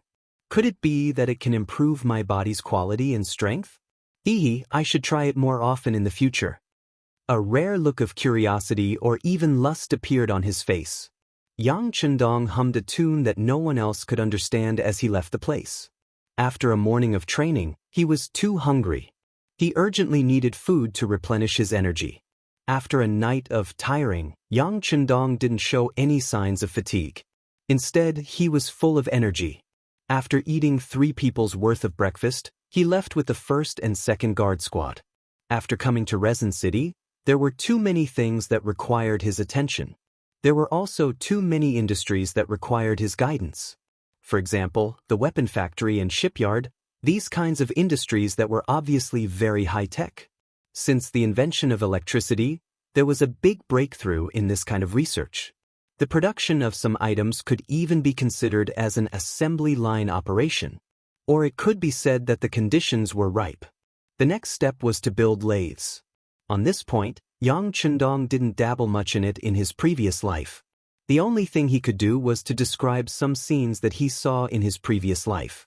Then, he took out some related books for them to study. Even so, it brought a great shock to these professional researchers. They all looked at Yang Chendong with admiration and even worship. In their eyes, their sixth young master seemed to be omnipotent. The inspection and guidance took a total of 7 days. On the morning of the 8th day, after sleeping with 4 people as usual, he finished his training in the morning. After eating breakfast, he directly brought the guards to the military building in Resin City. This building that was painted green on the outside was the military headquarters of the Yang faction's new army. It was where the head of the military was located. For example, Lung Song and Gao Xiong, the 2 division commanders, had their own offices here. This morning, it could be said that the military officers were gathered here. A group of military officers with the ranks of senior colonel, colonel, lieutenant colonel, and major were standing in the plaza in front of the building. They attracted the attention of many people in the building. This was the first time something like this had happened. Although there were already quite a number of officers in the building, most of the time, everyone was busy with their own matters. How could it be as complete and lively as this time? To be able to make so many officers appear here and wait peacefully, other than Yang Chendong, who was known as the god of war in the military, no one else would be able to do this. They're here. A lieutenant colonel hurriedly ran back to the courtyard. When he returned to his team, he brought the news that Yang Chendong had arrived. Not long after, Yang Chendong, who was dressed in a marshal's uniform, arrived in front of the military headquarters under the escort of dozens of guards. Salute! Lung Song took the lead and gave the command. Immediately, the 20-something officers raised their right arms and gave a standard military salute. Yang Chendong stopped in his tracks and returned a solemn and serious military salute. After that, he laughed and went forward to shake the hands of the high-ranking officers, trying to get closer to each other. Those who were here today were all elites of Lung Feng. They were all at least battalion-level officers. On the army side, there was the division commander of the 1st Regiment, Lung Song, the political commissar of the 1st Regiment, Mo Qingyu, the chief of staff of the 1st Regiment, Teng Shan, the 2nd Battalion commander, Ling Dechang, the 3rd Battalion commander, Xiao Yining, the 2nd Regiment commander, Luo Pe, the 2nd Regiment commander, Kong Jie, the 2nd Regiment commander, Kong Chuanxin, the 3rd Battalion commander, Tian Su, the 3rd Regiment commander, Wu Sheng, political commissar, Chen Bo, and the 3rd Battalion commander, Chang Yang. On the Navy side, there was the division commander of the 1st Regiment, Gao Xiong, the political commissar of the 1st Regiment, Ji Fei, the chief of staff of the 1st Regiment, Yu Guang, the 2nd Battalion commander, Ding Yan, the 3rd Battalion commander, Zhao Changwang, the 2nd Regiment commander, Nye Tong, the 2nd Regiment commander, Long Yun Tian, the 2nd Battalion commander, He Gong, and the 3rd Battalion commander, Gu Yang. It was no exaggeration to say that these people were the ones who formed the upper echelon of Lung Feng. Of course, there were a few officers who were not present. For example, Battalion Commander Xiao Feng, who had been in charge of Baiming's capital, but they were still in the minority. Yang Chendong, who had shaken hands with all the division, regiment, and battalion officers, was led into the headquarters by Lung Song and Gao Xiong. In the spacious conference room, Yang Chendong listened to the officers' reports on their work and gave some encouraging instructions. Then, everyone came to the sand table, where the division commander of the army, Lung Song, personally introduced the current situation of the 1st Shang dynasty to Yang Chendong and everyone else. Yes, the most important reason for his visit today, other than to see everyone and express the importance he attached to them, was to discuss the plan to destroy the 1st Shang dynasty. More than 3 years ago, from the moment he set his sights on Ryukyu Island, this plan had been in progress. Furthermore, with consecutive victories, the 1st Shang dynasty, which seemed to be flourishing, was suppressed to the New North region. After Tainan and Taichung were occupied, the 1st Shang dynasty had been struggling at death's door. It was like a terminally ill old man, who knew if he would be able to open his eyes again the next day after he fell asleep. Would the country still exist the next day? If not for the fact that they had to take into consideration their digestive ability, the 1st Shang dynasty would have long ceased to exist. In the process of exterminating Jiaoji, the Yang faction had developed greatly. This was especially so when they made use of the Southern Ming Empire's money to trade for 4.5 million Han citizens. The Yang faction finally had the ability to swallow up the number 1 Shang dynasty. Today's meeting was to formulate a military plan to exterminate another country. At the beginning of the meeting, Lung Song introduced the situation. He held a command stick in his hand and introduced the situation to everyone with a serious face. The New North region is the most prosperous region in the 1st Shang dynasty. In comparison, the economic conditions there are much better than Tainan and Taichung that we have occupied. This can be seen from the fact that no one has crossed the border recently. As a country that has only been established for less than 50 years, they are still full of vitality. Especially the 7th king, Shangde. Although he is still very young, he is indeed very capable. In the past 3 years, the spies that we have sent out have reported that they are actively working on military defense and training their soldiers. Especially their navy, they are equipped with self-made cannons. Although their range and functionality cannot be compared to our navy, they are still considered to be of a certain scale. If it were other opponents, they would be able to put up a fight. Through Lung Song's introduction, Yang Chendong couldn't help but sigh in his heart. The butterfly effect that his appearance had brought about was indeed powerful. Even the remote 1st Shang dynasty had developed their own cannons. Although it could be seen from Lung Song's words that he didn't think highly of them, they were still cannons. It seemed like his development speed still needed to be increased. Otherwise, although he couldn't be surpassed by others in a short period of time, when his opponents became stronger, the pressure on him to conquer the world would also increase. Everyone, our spies have reported that the enemy's army is stationed at Hsinchu and Ilan. There are 50,000 soldiers in each of these 2 places. Moreover, there are trenches all over the place. Several lines of defense have formed a deep defensive net, causing a certain degree of difficulty for our army to charge head-on. As for the navy, more than 600 warships have gathered at Keelung port. Although there aren't many of them of a large scale, at least 30 of them are equipped with cannons. The effective killing range is about 1 li. When they heard that the effective killing range was only 1 li, the officers below laughed out loud. Especially the Navy officers, the lowest firing range of the cannons they were equipped with was 3,000 meters.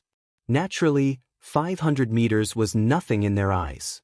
Many people were laughing, but only Yang Chendong couldn't help but frown when he heard this.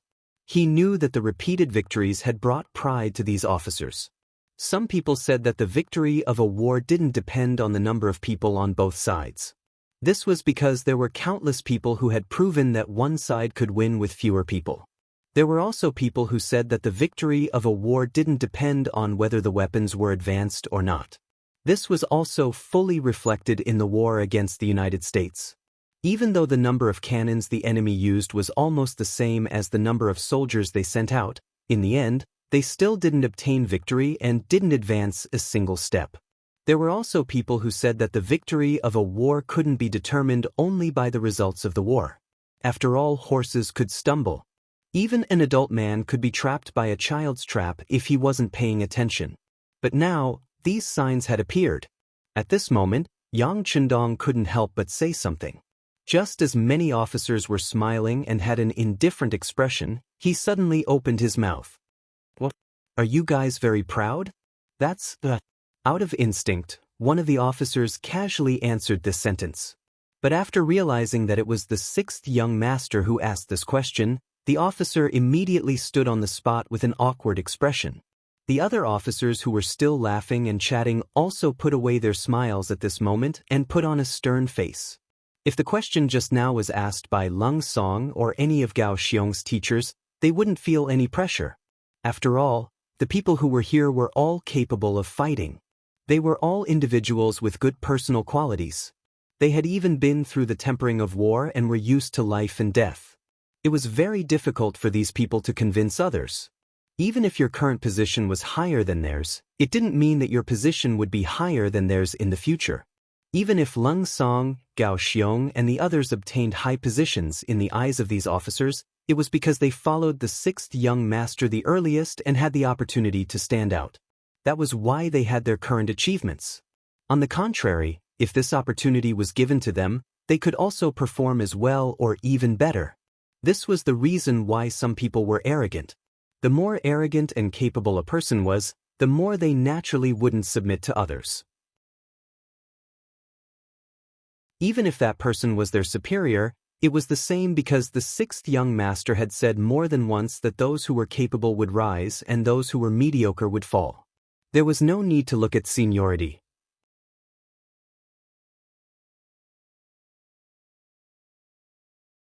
Chapter 551. Who knew if they would seize the opportunity to soar into the sky? But when these words were asked by Yang Chendong, everything was a different story. Who was Yang Chendong? He was the sixth young master who must be respected in the eyes of the higher-ups. He was the god of war in the eyes of the soldiers. He was the eastern commander in the eyes of the young girls. He was the god in the eyes of the common people. He was the Duke of Loyalty in the Great Ming Dynasty. He was the founder of Xianxia, the creator of the mercenary army, and everyone's Bolu. It was not an exaggeration to say that if Yang Chendong hated someone, then no matter how great that person's achievements were, he would immediately lose everything. Don't think that it was impossible. This was the consensus formed in the feudal society. Here, no one would talk about human rights with you. Otherwise, when an emperor dealt with his subjects, he would have to discuss with the other ministers, look at everyone's faces, and even hold an open election. From this point alone, Yang Chendong was the king of Chichen City, and the only king. If he was unhappy, then no one would have a good time. Obviously, the current Yang Chendong was indeed a little angry. After everyone realized this, they immediately became nervous and careful. Yang Chendong saw the change in their attitude, but he was not satisfied.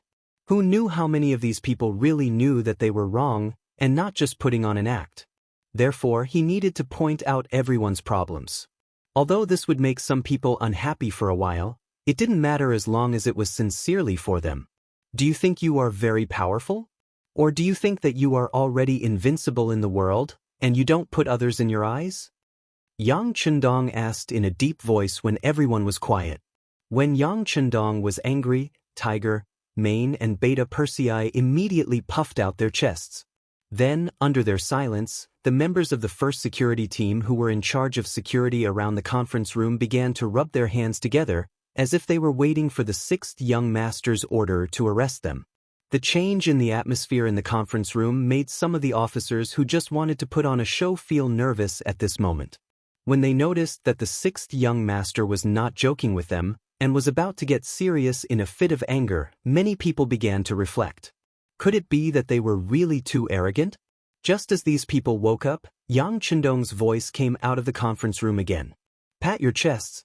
You were able to obtain today's victory was not because the firearms in your hands were too advanced. Before the enemy could reach you, they were already killed by you. If you didn't have advanced firearms, how could you defeat the enemy? Do you know that in a cold weapon battle, even if we had the help of firearms, we still suffered hundreds of casualties in the battle with the Miao army? You boast about your strong combat power, but this is actually just a joke. It's all because our soldiers are well trained, the firearms in the army's hands are powerful, and we made a serious plan before the war. Do you really think it's your credit? If it is, which one of you will bring a big sword and a spear to me and win a battle with a small army? That will make me admire him. Which one of you can guarantee that you can do it? One question after another came out of Yang Chendong's mouth, making the officers speechless. Yes, thinking about it carefully, wasn't the reason why they were able to win so many battles because the quality of the soldiers was relatively close. They obeyed discipline and listened to orders, they planned carefully before the war, the source of information was timely and accurate, and they also had the most advanced firearms in their hands? Although these victories were attributed to them, in fact, what difference would it make if someone else was in command? Maybe they didn't do as well as they did, but there was another possibility. Maybe they did better than them. Thinking of this, the pride on their faces disappeared and was replaced by deep self-blame. They now knew that in a real war, they didn't play a big role. At least, it was much smaller than they thought. Their pride was gone, and their self-blame increased. Yang Chendong noticed the change in the atmosphere and his expression became better. As the saying goes, one cannot achieve anything without polishing. They had only just wiped out Jiaoji and occupied half of the Shang dynasty. Yet, some of them were already excited. If they didn't stop the wind from blowing, who would be able to control these people in the future? Sixth young master, it's our fault. We political cadres didn't do our part. Seeing Yang Chendong get angry and even reprimand them, someone had to take responsibility. The political commissar of the 1st Regiment of the 1st Division, Mo Qingyu, took the initiative to stand up and take responsibility. Following Mo Qingyu's action, the other political commissars also stood up, such as Kong Jie, Chen Bo, Ji Fei, and the others. Some of them had just become political commissars. Like Chen Bo, logically speaking, such a thing had nothing to do with them. However, Yang Chendong knew that this was only on the surface because they never thought of themselves as political cadres. Using Chen Bo as an example, he still thought of himself as the commander of the 2nd Battalion of the 3rd Regiment. In his eyes, the political commissar of the 3rd Regiment was just a part-time job. It only meant that he had been promoted. If that was all, it would not be enough. They would have let down Yang Chendong's expectations of them. The reason why the People's Liberation Army was able to win despite being outnumbered and ultimately achieve victory was because of the political cadres' hard work. Command of the party was not just for show. It was because of this that there was no mutiny among the soldiers. Yang Chendong did not think of using this method because he did not want to establish a party right now. This was not because it did not fit the current situation, but because he did not have the ability to do so. There were some things that if you did not have the ability to do it, it would be easy to draw a tiger but end up like a dog. Therefore, he felt that it was necessary to establish a new department. He could use today's opportunity to establish this department. His gaze first fell on Mo Qingyu and the other political workers. Then he nodded and said, "You all have responsibilities. I have taught you before to grasp the hearts of the people and to establish ideological work. This is to increase the fighting power of the army. These two things complement each other, just like how a person needs 2 legs to walk. However, it is clear that you did not listen to these words. Therefore, to show that you are not responsible for your work, each of you will be given a demerit. Do you have any objections? There were rewards in the army, so naturally, there were punishments. When it came to punishments, there were demerits and major demerits. These demerits were not to be underestimated. They were not only written, but also recorded in one's personal file. Moreover, each person could only have 5 demerits and 3 major demerits. If they exceeded these limits, then they would either be demoted or have to leave the army. Therefore, being given a demerit was something that many officers were afraid of. After all, for many people, their days in the army were still long. No one could guarantee that they would not make any mistakes. However, once they accumulated to a certain extent, who knew how many demerits would be given? Now that Yang Chendong had opened his mouth and said that Mo Qingyu and the others had passed, their faces became ugly. However, this was given to them by Yang Chendong, so they could not refuse. At this moment, they could only pinch their noses and accept it. Among them, Chen Bo was even more unconvinced after accepting it. He had just been promoted to political commissar, and he had not done anything yet. Although he understood this kind of work, being given a demerit as a new officer was not something that anyone was willing to accept. Fortunately, after Yang Chendong gave them a stick, he gave them a sweet date. In order to show the importance and necessity of political work, I have decided to establish a new department. It will be called the Political Department. Its rank will be the same as the military. I will be the head of the Political Department. The first batch of committee members will be Mo Qingyu, Kong Jie, Chen Bo, and Ji Fei. In the future, when it comes to the evaluation and promotion of officers, not only will the military have to give their opinions, but the political department will also have to give their opinions. Only those who pass both examinations can be promoted to military officer. Otherwise, they won't be able to pass. Does anyone have any opinions? Suddenly establishing a political department and promoting it to the same rank as the military was something that many people did not expect. This was like putting another layer of shackles on the heads of all officers. In the future, not only would they have to listen to the military, but the political department would also become like a new father. It would be impossible to say that no one had any opinions. However, in front of Yang Chendong, especially when everyone was so proud of themselves, who would dare to take the lead? Mo Qingyu and the others, who were not responsible for anything, were given a demerit. What did they say? Therefore, when Yang Chendong asked for everyone's opinion, no one stood up to oppose. On the contrary, the 2 big shots in the military, Leng Song and Gao Xiong, spoke out in support. We support the 6th Young Master's establishment of the political department. Leng Song and Gao Xiong spoke out in support. They had no choice but to do so. Otherwise, it would give others the impression that they wanted to monopolize everything. But was the military so powerful? Couldn't there be any restrictions on their existence? More importantly, were they not going to listen to the 6th Young Master's words? Leng Song and Gao Xiong, who were already vice ministers of the military, would not allow others to hold them back. They immediately spoke out in support. Since the 2 division commanders had the same attitude, the other officers naturally raised their hands in support. Although some of these people might have different opinions, it did not matter. The minority obeys the majority.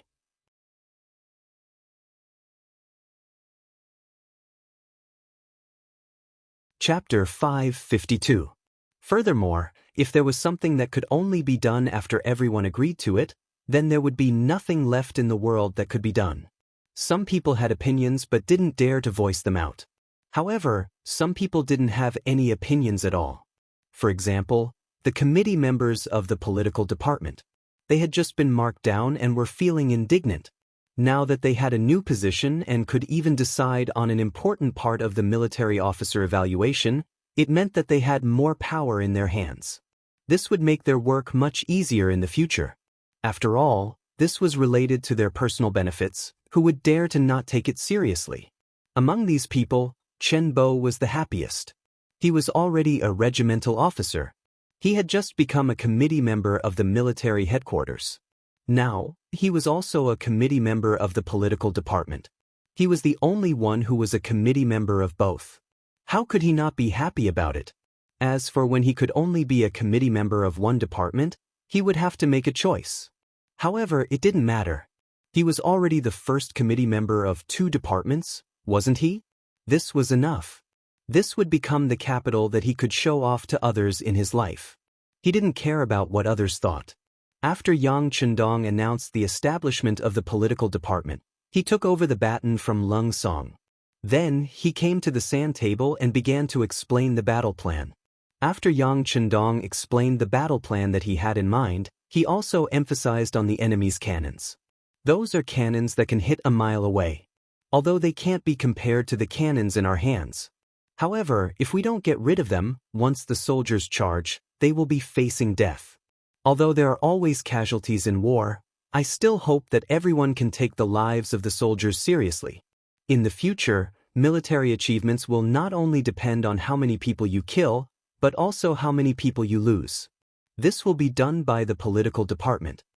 Great! This increased the work of the political department and also increased their power. However, this was for the sake of the soldiers' lives. No one could raise any objections. For a moment, the officers could only nod and agree. The final decision of the meeting was to launch the war horn 3 days later. They would use 10 days to eliminate the first Shang dynasty and let Ryukyu Island become Yangtze's first base. In comparison, 3 days to prepare was already a lot of time. After all, the first Shang dynasty wasn't far away from the first Shang dynasty.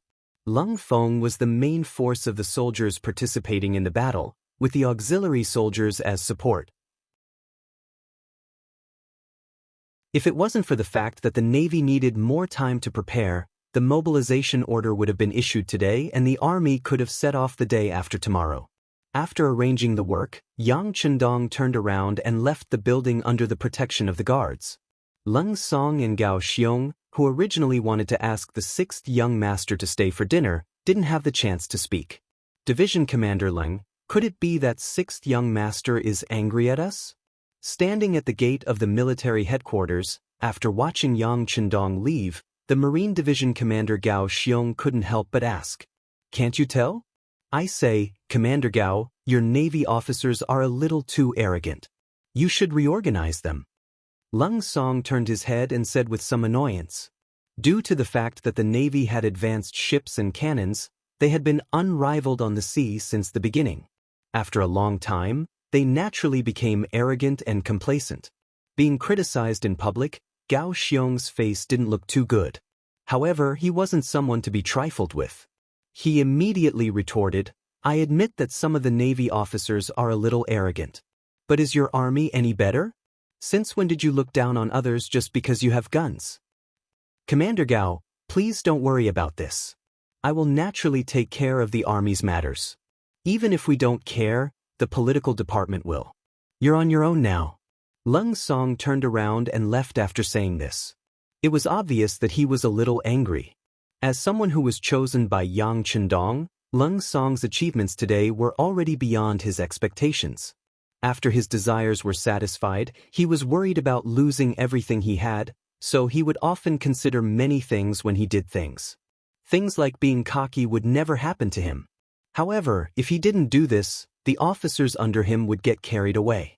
This time, they were implicated by these people. In the past, when he saw this kind of thing happen, he always thought that these officers' fighting ability was very strong, so he turned a blind eye to it. But now that the 6th young master was angry, if he didn't do something once the political department stepped in, it would be really embarrassing. So now he had to do something. Commander Gao Xiong also had the same idea as Lung Song. No one knew better than him what kind of soldiers he led. Yang Chendong's suggestion was also very correct. But in order not to disappoint his brothers, Gao Xiong didn't say anything. Gao Xiong was originally a pirate. Even if he was in his current position, he still had a bandit nature in his heart. This was also why Yang Chendong didn't say anything to them and directly announced the establishment of the political department. He believed that after today's matter, these 2 commanders should know what to do. Of course, if they still didn't know what to do, then Yang Chendong didn't mind moving them to another position. This was not to get rid of the donkey after it had outlived its usefulness. On the contrary, it was to protect them. Otherwise, in the long run, they would continue to walk on the wrong path. Until one day, even if he wanted to pull these two people back, he was afraid that he would be powerless to do so. Yang Chendong returned to the palace under the protection of a group of guards. Seeing that the guards had gone to their posts, Tiger's Mane and Beta Persei, who were following behind him, approached and asked, "Sixth young master, do you need to arrange for people to keep an eye on those officers?" The deputy director of the security bureau, Yang San, did not follow them to Resin City. Instead, he went to the Great Ming Dynasty to check on the work. After all, he had been away for a while, and he needed to have first-hand information for some intelligence work. This was conducive to Yang Chendong's next decision. In Yang San's absence, Tiger's Mane, as the director, took on the responsibility. He asked this because Yang Chendong's decision in the military conference room was too sudden. He was afraid that some of the officers would take things too hard and cause problems. Keep an eye on them? Keep an eye on who? Yang Chendong turned his head and asked as if he didn't understand. Of course it's to keep an eye on those officers in the meeting. Tiger's Mane had an expression that said it should be so. There's no need. Who knew? Yang Chendong decisively refused. They are the backbone of the army, and their loyalty is reliable. As for the fact that they can't think straight for a while, it's understandable. When faced with new things, do you always give people time to adapt? How about this? Go and inform Lung Song and Gao Xiong to invite them to the palace for dinner tonight. Yang Chendong didn't want to suspect any of his subordinates. Unless it was necessary, he disdained to keep an eye on them. Don't suspect those you use, don't use those you suspect. He also believed that under the big picture, unless they really couldn't achieve anything, no one would have any other ideas. Of course, if someone really did that, Yang Chendong would naturally kill them mercilessly. If they were brothers, he would naturally share their blessings. But if they were enemies, then blood would definitely be spilled. Tiger's Mane sent the message. Yang Chendong turned around and walked towards the depths of the palace. In the large square of the palace, waves of pleasant laughter could be heard. Sister Shui, don't panic. Keep your breathing steady. Just hold on and use your legs to push forward. This voice belonged to the fifth madam, Su Men.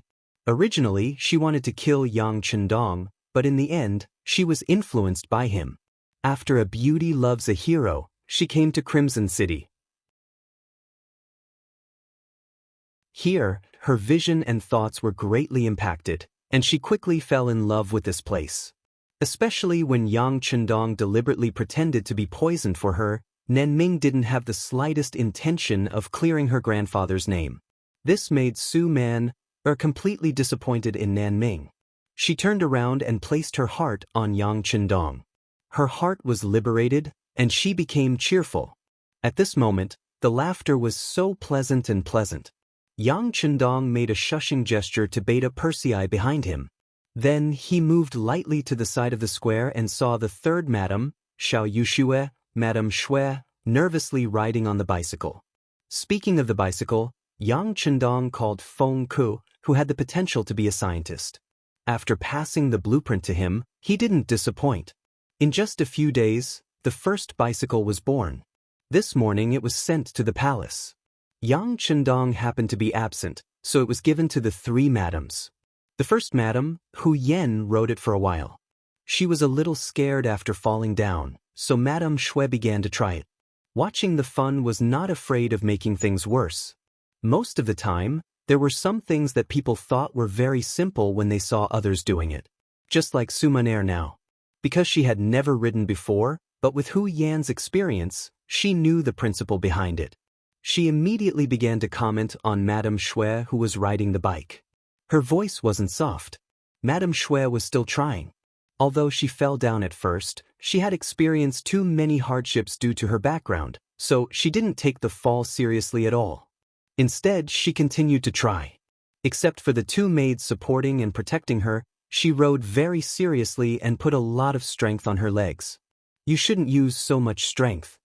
Seeing that Madame Shui was treating the bicycle like an enemy and was about to crush it, Yang Chendong finally couldn't help but come out from the dark and began to guide her. Yang Chendong's sudden appearance startled Madame Shui. and she lost her balance on the bicycle and fell to the grass beside her. This scene caused the two maidservants beside her to scream, but it was obviously a little too late to help her up now.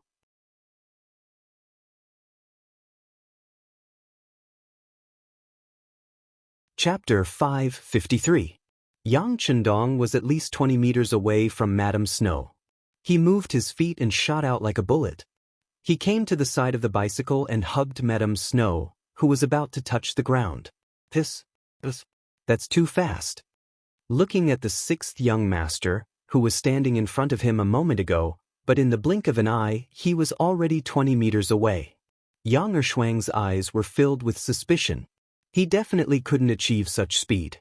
However, considering that the young master was a freak, Beta Persei was not the one who called him that.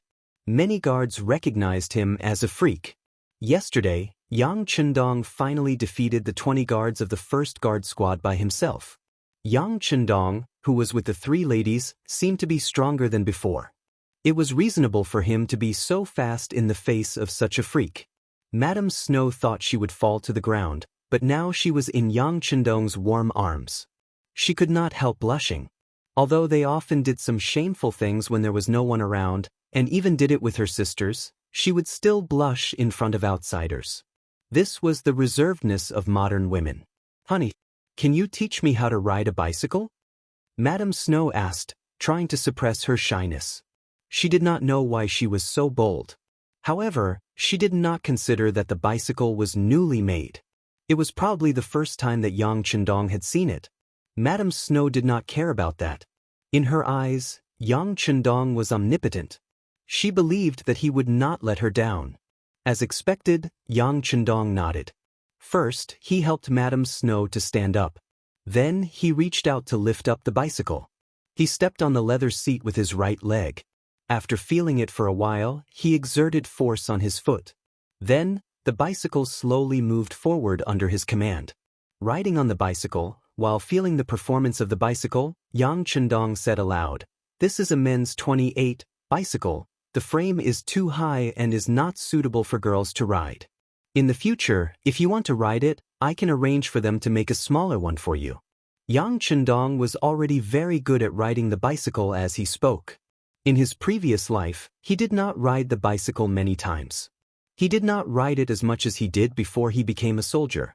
However, he had learned how to ride it a long time ago. With the changes in his body, it was a piece of cake. Besides, he could ride planes and tanks easily. This was child's play. Under his manipulation, it didn't take long for him to ride the bicycle with both hands. Compared with other people who would fall down if they gripped the handle too hard, Yang Chendong could ride it so well without holding the handle. This scene instantly made the three ladies admire him. Even the maidservants were trying their best to hold back their screams as their bodies trembled with excitement.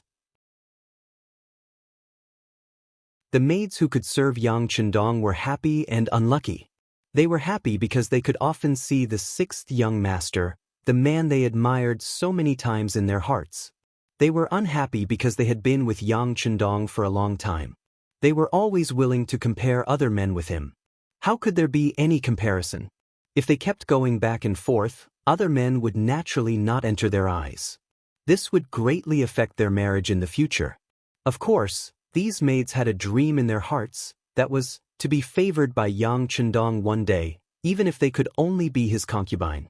Just like in some rich families, the maids, especially the beautiful ones, might fly to the branches and become phoenixes. However, for some reason, Yang Chendong never did that. At least, no maids could have such an honor. But it did not matter. If they could not do it now, they could wait. There should be a chance. After riding the bicycle for a while, Yang Chendong found that all the functions of the bicycle were very good. The running in of all the parts was also very smooth. He could not help but feel satisfied and stopped the bicycle elegantly. Seeing this scene, the women's eyes were full of stars. Their admiration was very clear. Come on, sit on the back seat and try it." Yang Chendong smiled and pointed to the back seat of the bicycle. "Can I?" Madame Shui was obviously eager to try, but she still asked shyly. "Sister Su, Sister Shui is timid. You can try it." Hu Yen saw Madame Xue's shyness and could not help but smile at Su Maner, who was sitting beside her. Okay.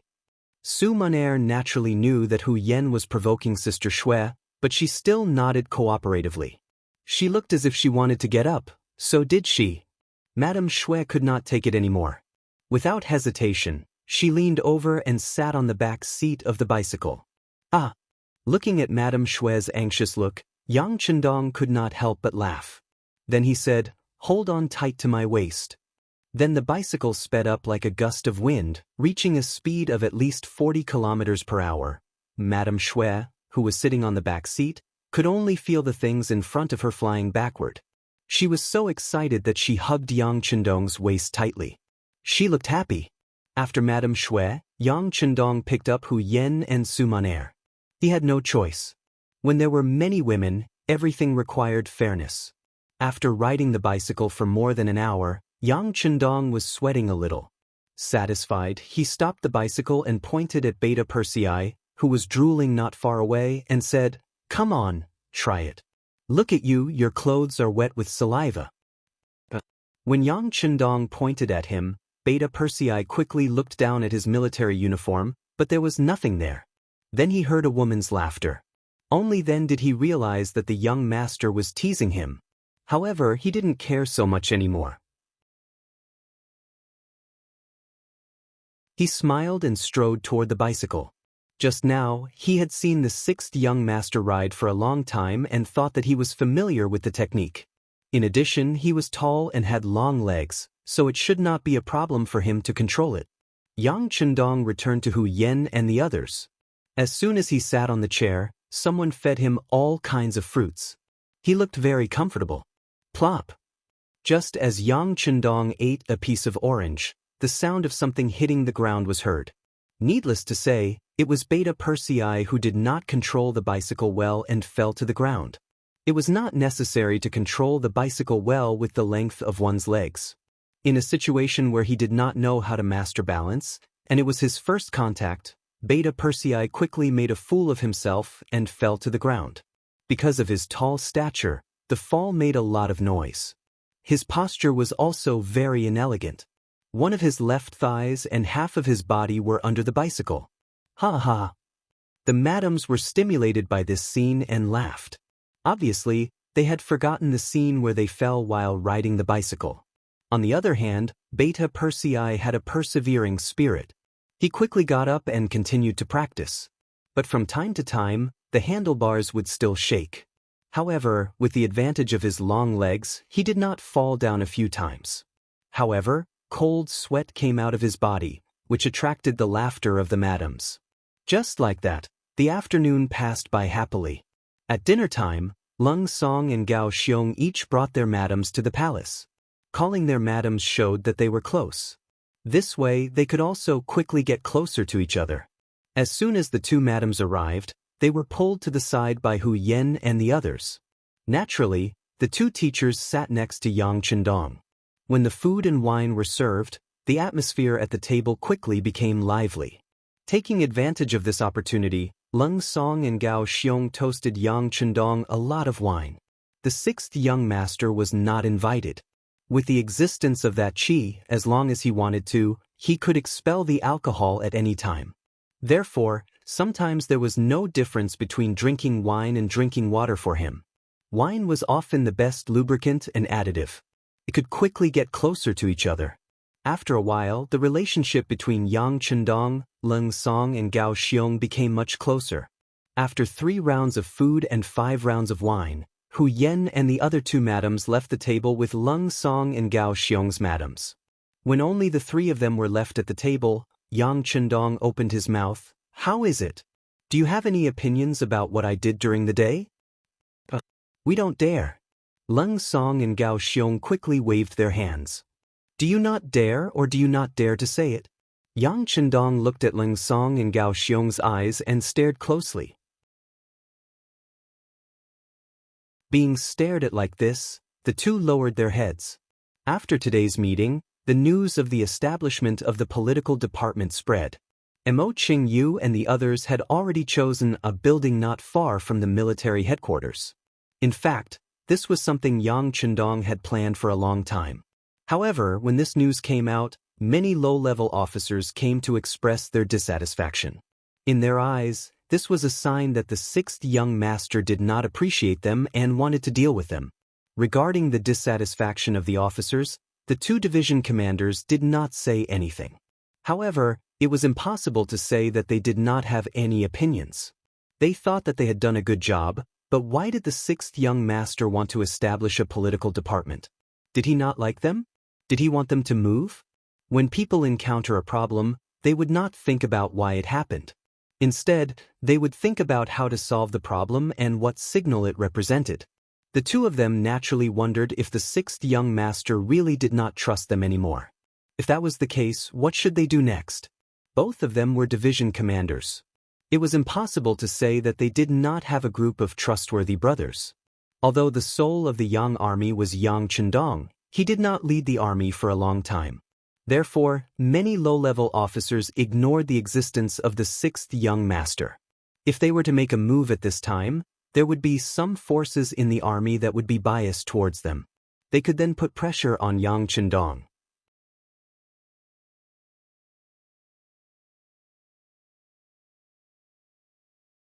Chapter 554. Of course, this was just a thought. They wouldn't actually do it. After all, he had only set up the political department. He hadn't done anything to them yet, had he? At this moment, Tiger's man appeared and personally told them that the sixth young master had invited them to dinner. The two of them immediately guessed that Yang Chendong wanted to ask them about the political department. If one didn't do anything wrong, they wouldn't be afraid of ghosts calling at their door. They hadn't done anything wrong.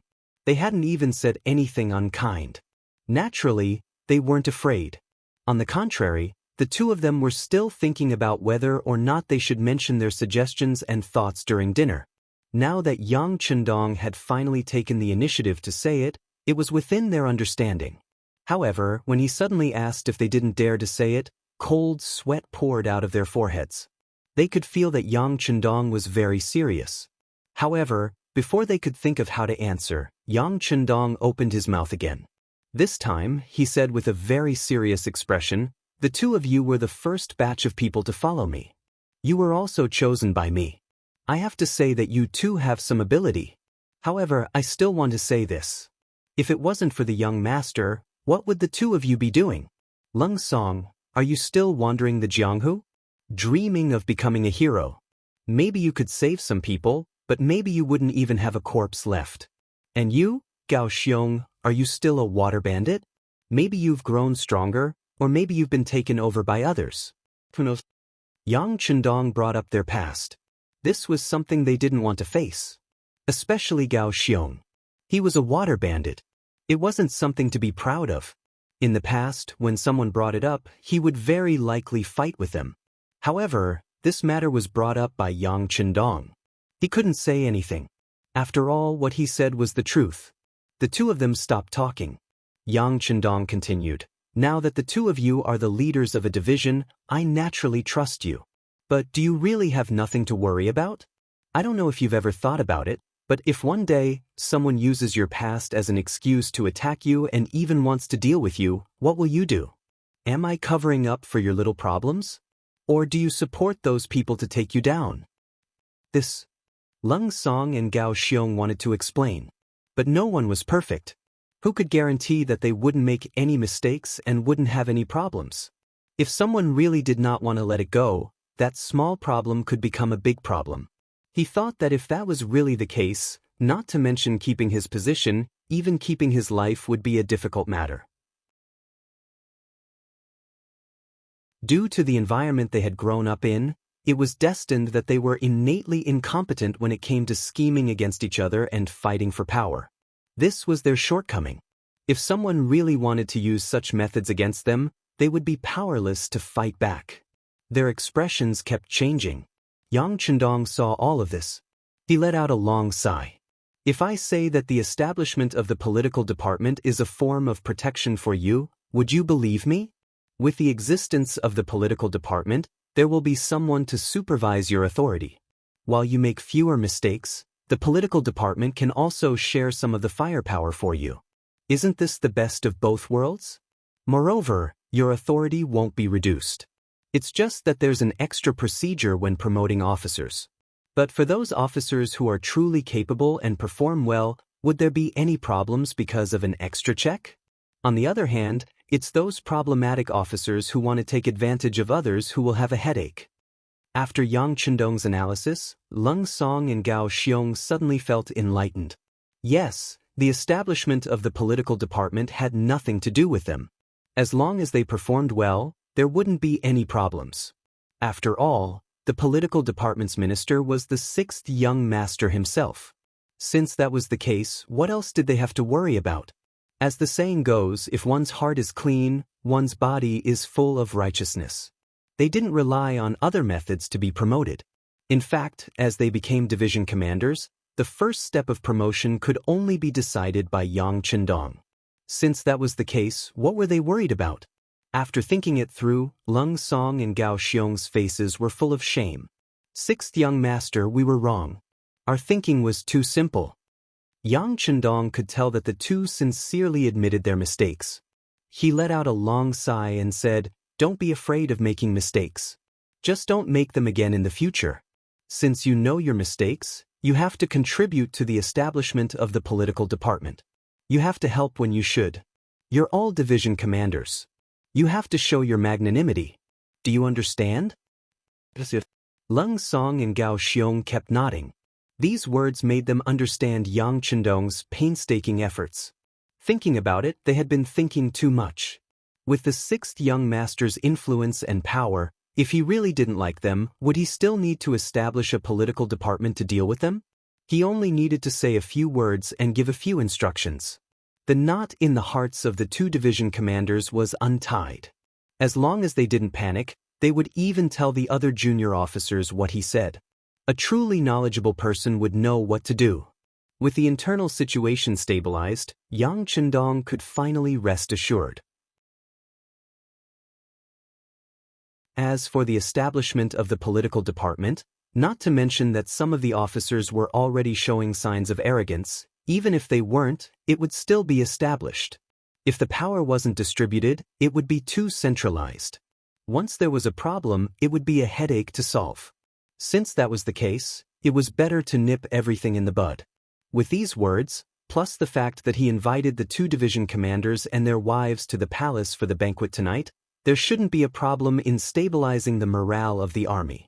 Once the army was stable, it would naturally be able to display its greatest strength in the war. This was also what Yang Chendong was concerned about. Sure enough, the next morning, after Leng Song and Gao Xiong went to the military headquarters and talked to some of the officers of the regiment, battalion, and even company level, the establishment of the political department was no longer hindered by anyone. On the contrary, there were many people who came to show their goodwill and help. This showed the new situation of the military and government being one family. In the blink of an eye, 3 days had passed. When the new morning arrived, Yang Chendong changed into the marshal's uniform. Under the reluctant gaze of the three wives, of course, the three wives were separated from their husbands on the bed. They couldn't get out of bed after a night of torment. They only wanted to satisfy Yang Chendong. They also wanted a child, so naturally, they were willing to do so. Yang Chendong strode out of the palace. The first Shang dynasty was the first unified dynasty on Ryukyu Island. Its official name was the Shang dynasty. In order to distinguish it from the second Shang dynasty, it was usually called the first Shang dynasty. The first Shang dynasty had a total of 7 generations, from the first Shang Sea King to the last Shang Da King. It was only established 63 years before it was destroyed due to internal strife. Yang Chendong's appearance added to this situation. Of course, he didn't feel the slightest bit of guilt towards the destruction of a country other than the foreign races. 3 years ago, when Yang Xie chose this place, it started the battle with the first Shang dynasty.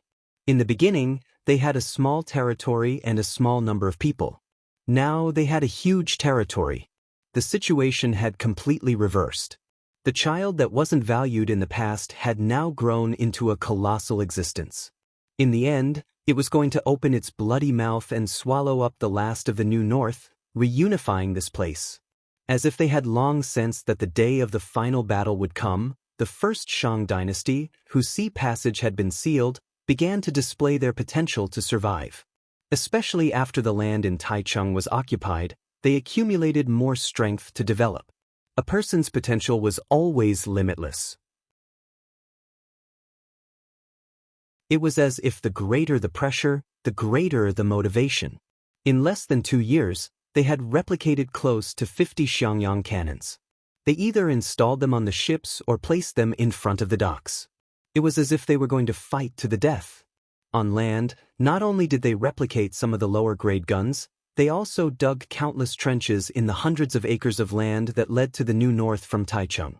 These trenches were intertwined, and because of the terrain, there were high and low trenches.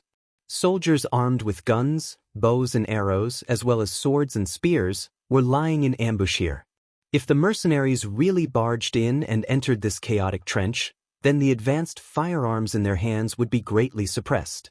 They would even have to choose to engage in close combat, and the losses would be immeasurable.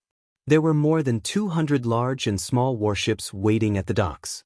On the shore, there were better protected cannons that could shoot for a mile as support. In addition, the entrance to Keelung port was originally a little narrow, making it easy to defend but hard to attack.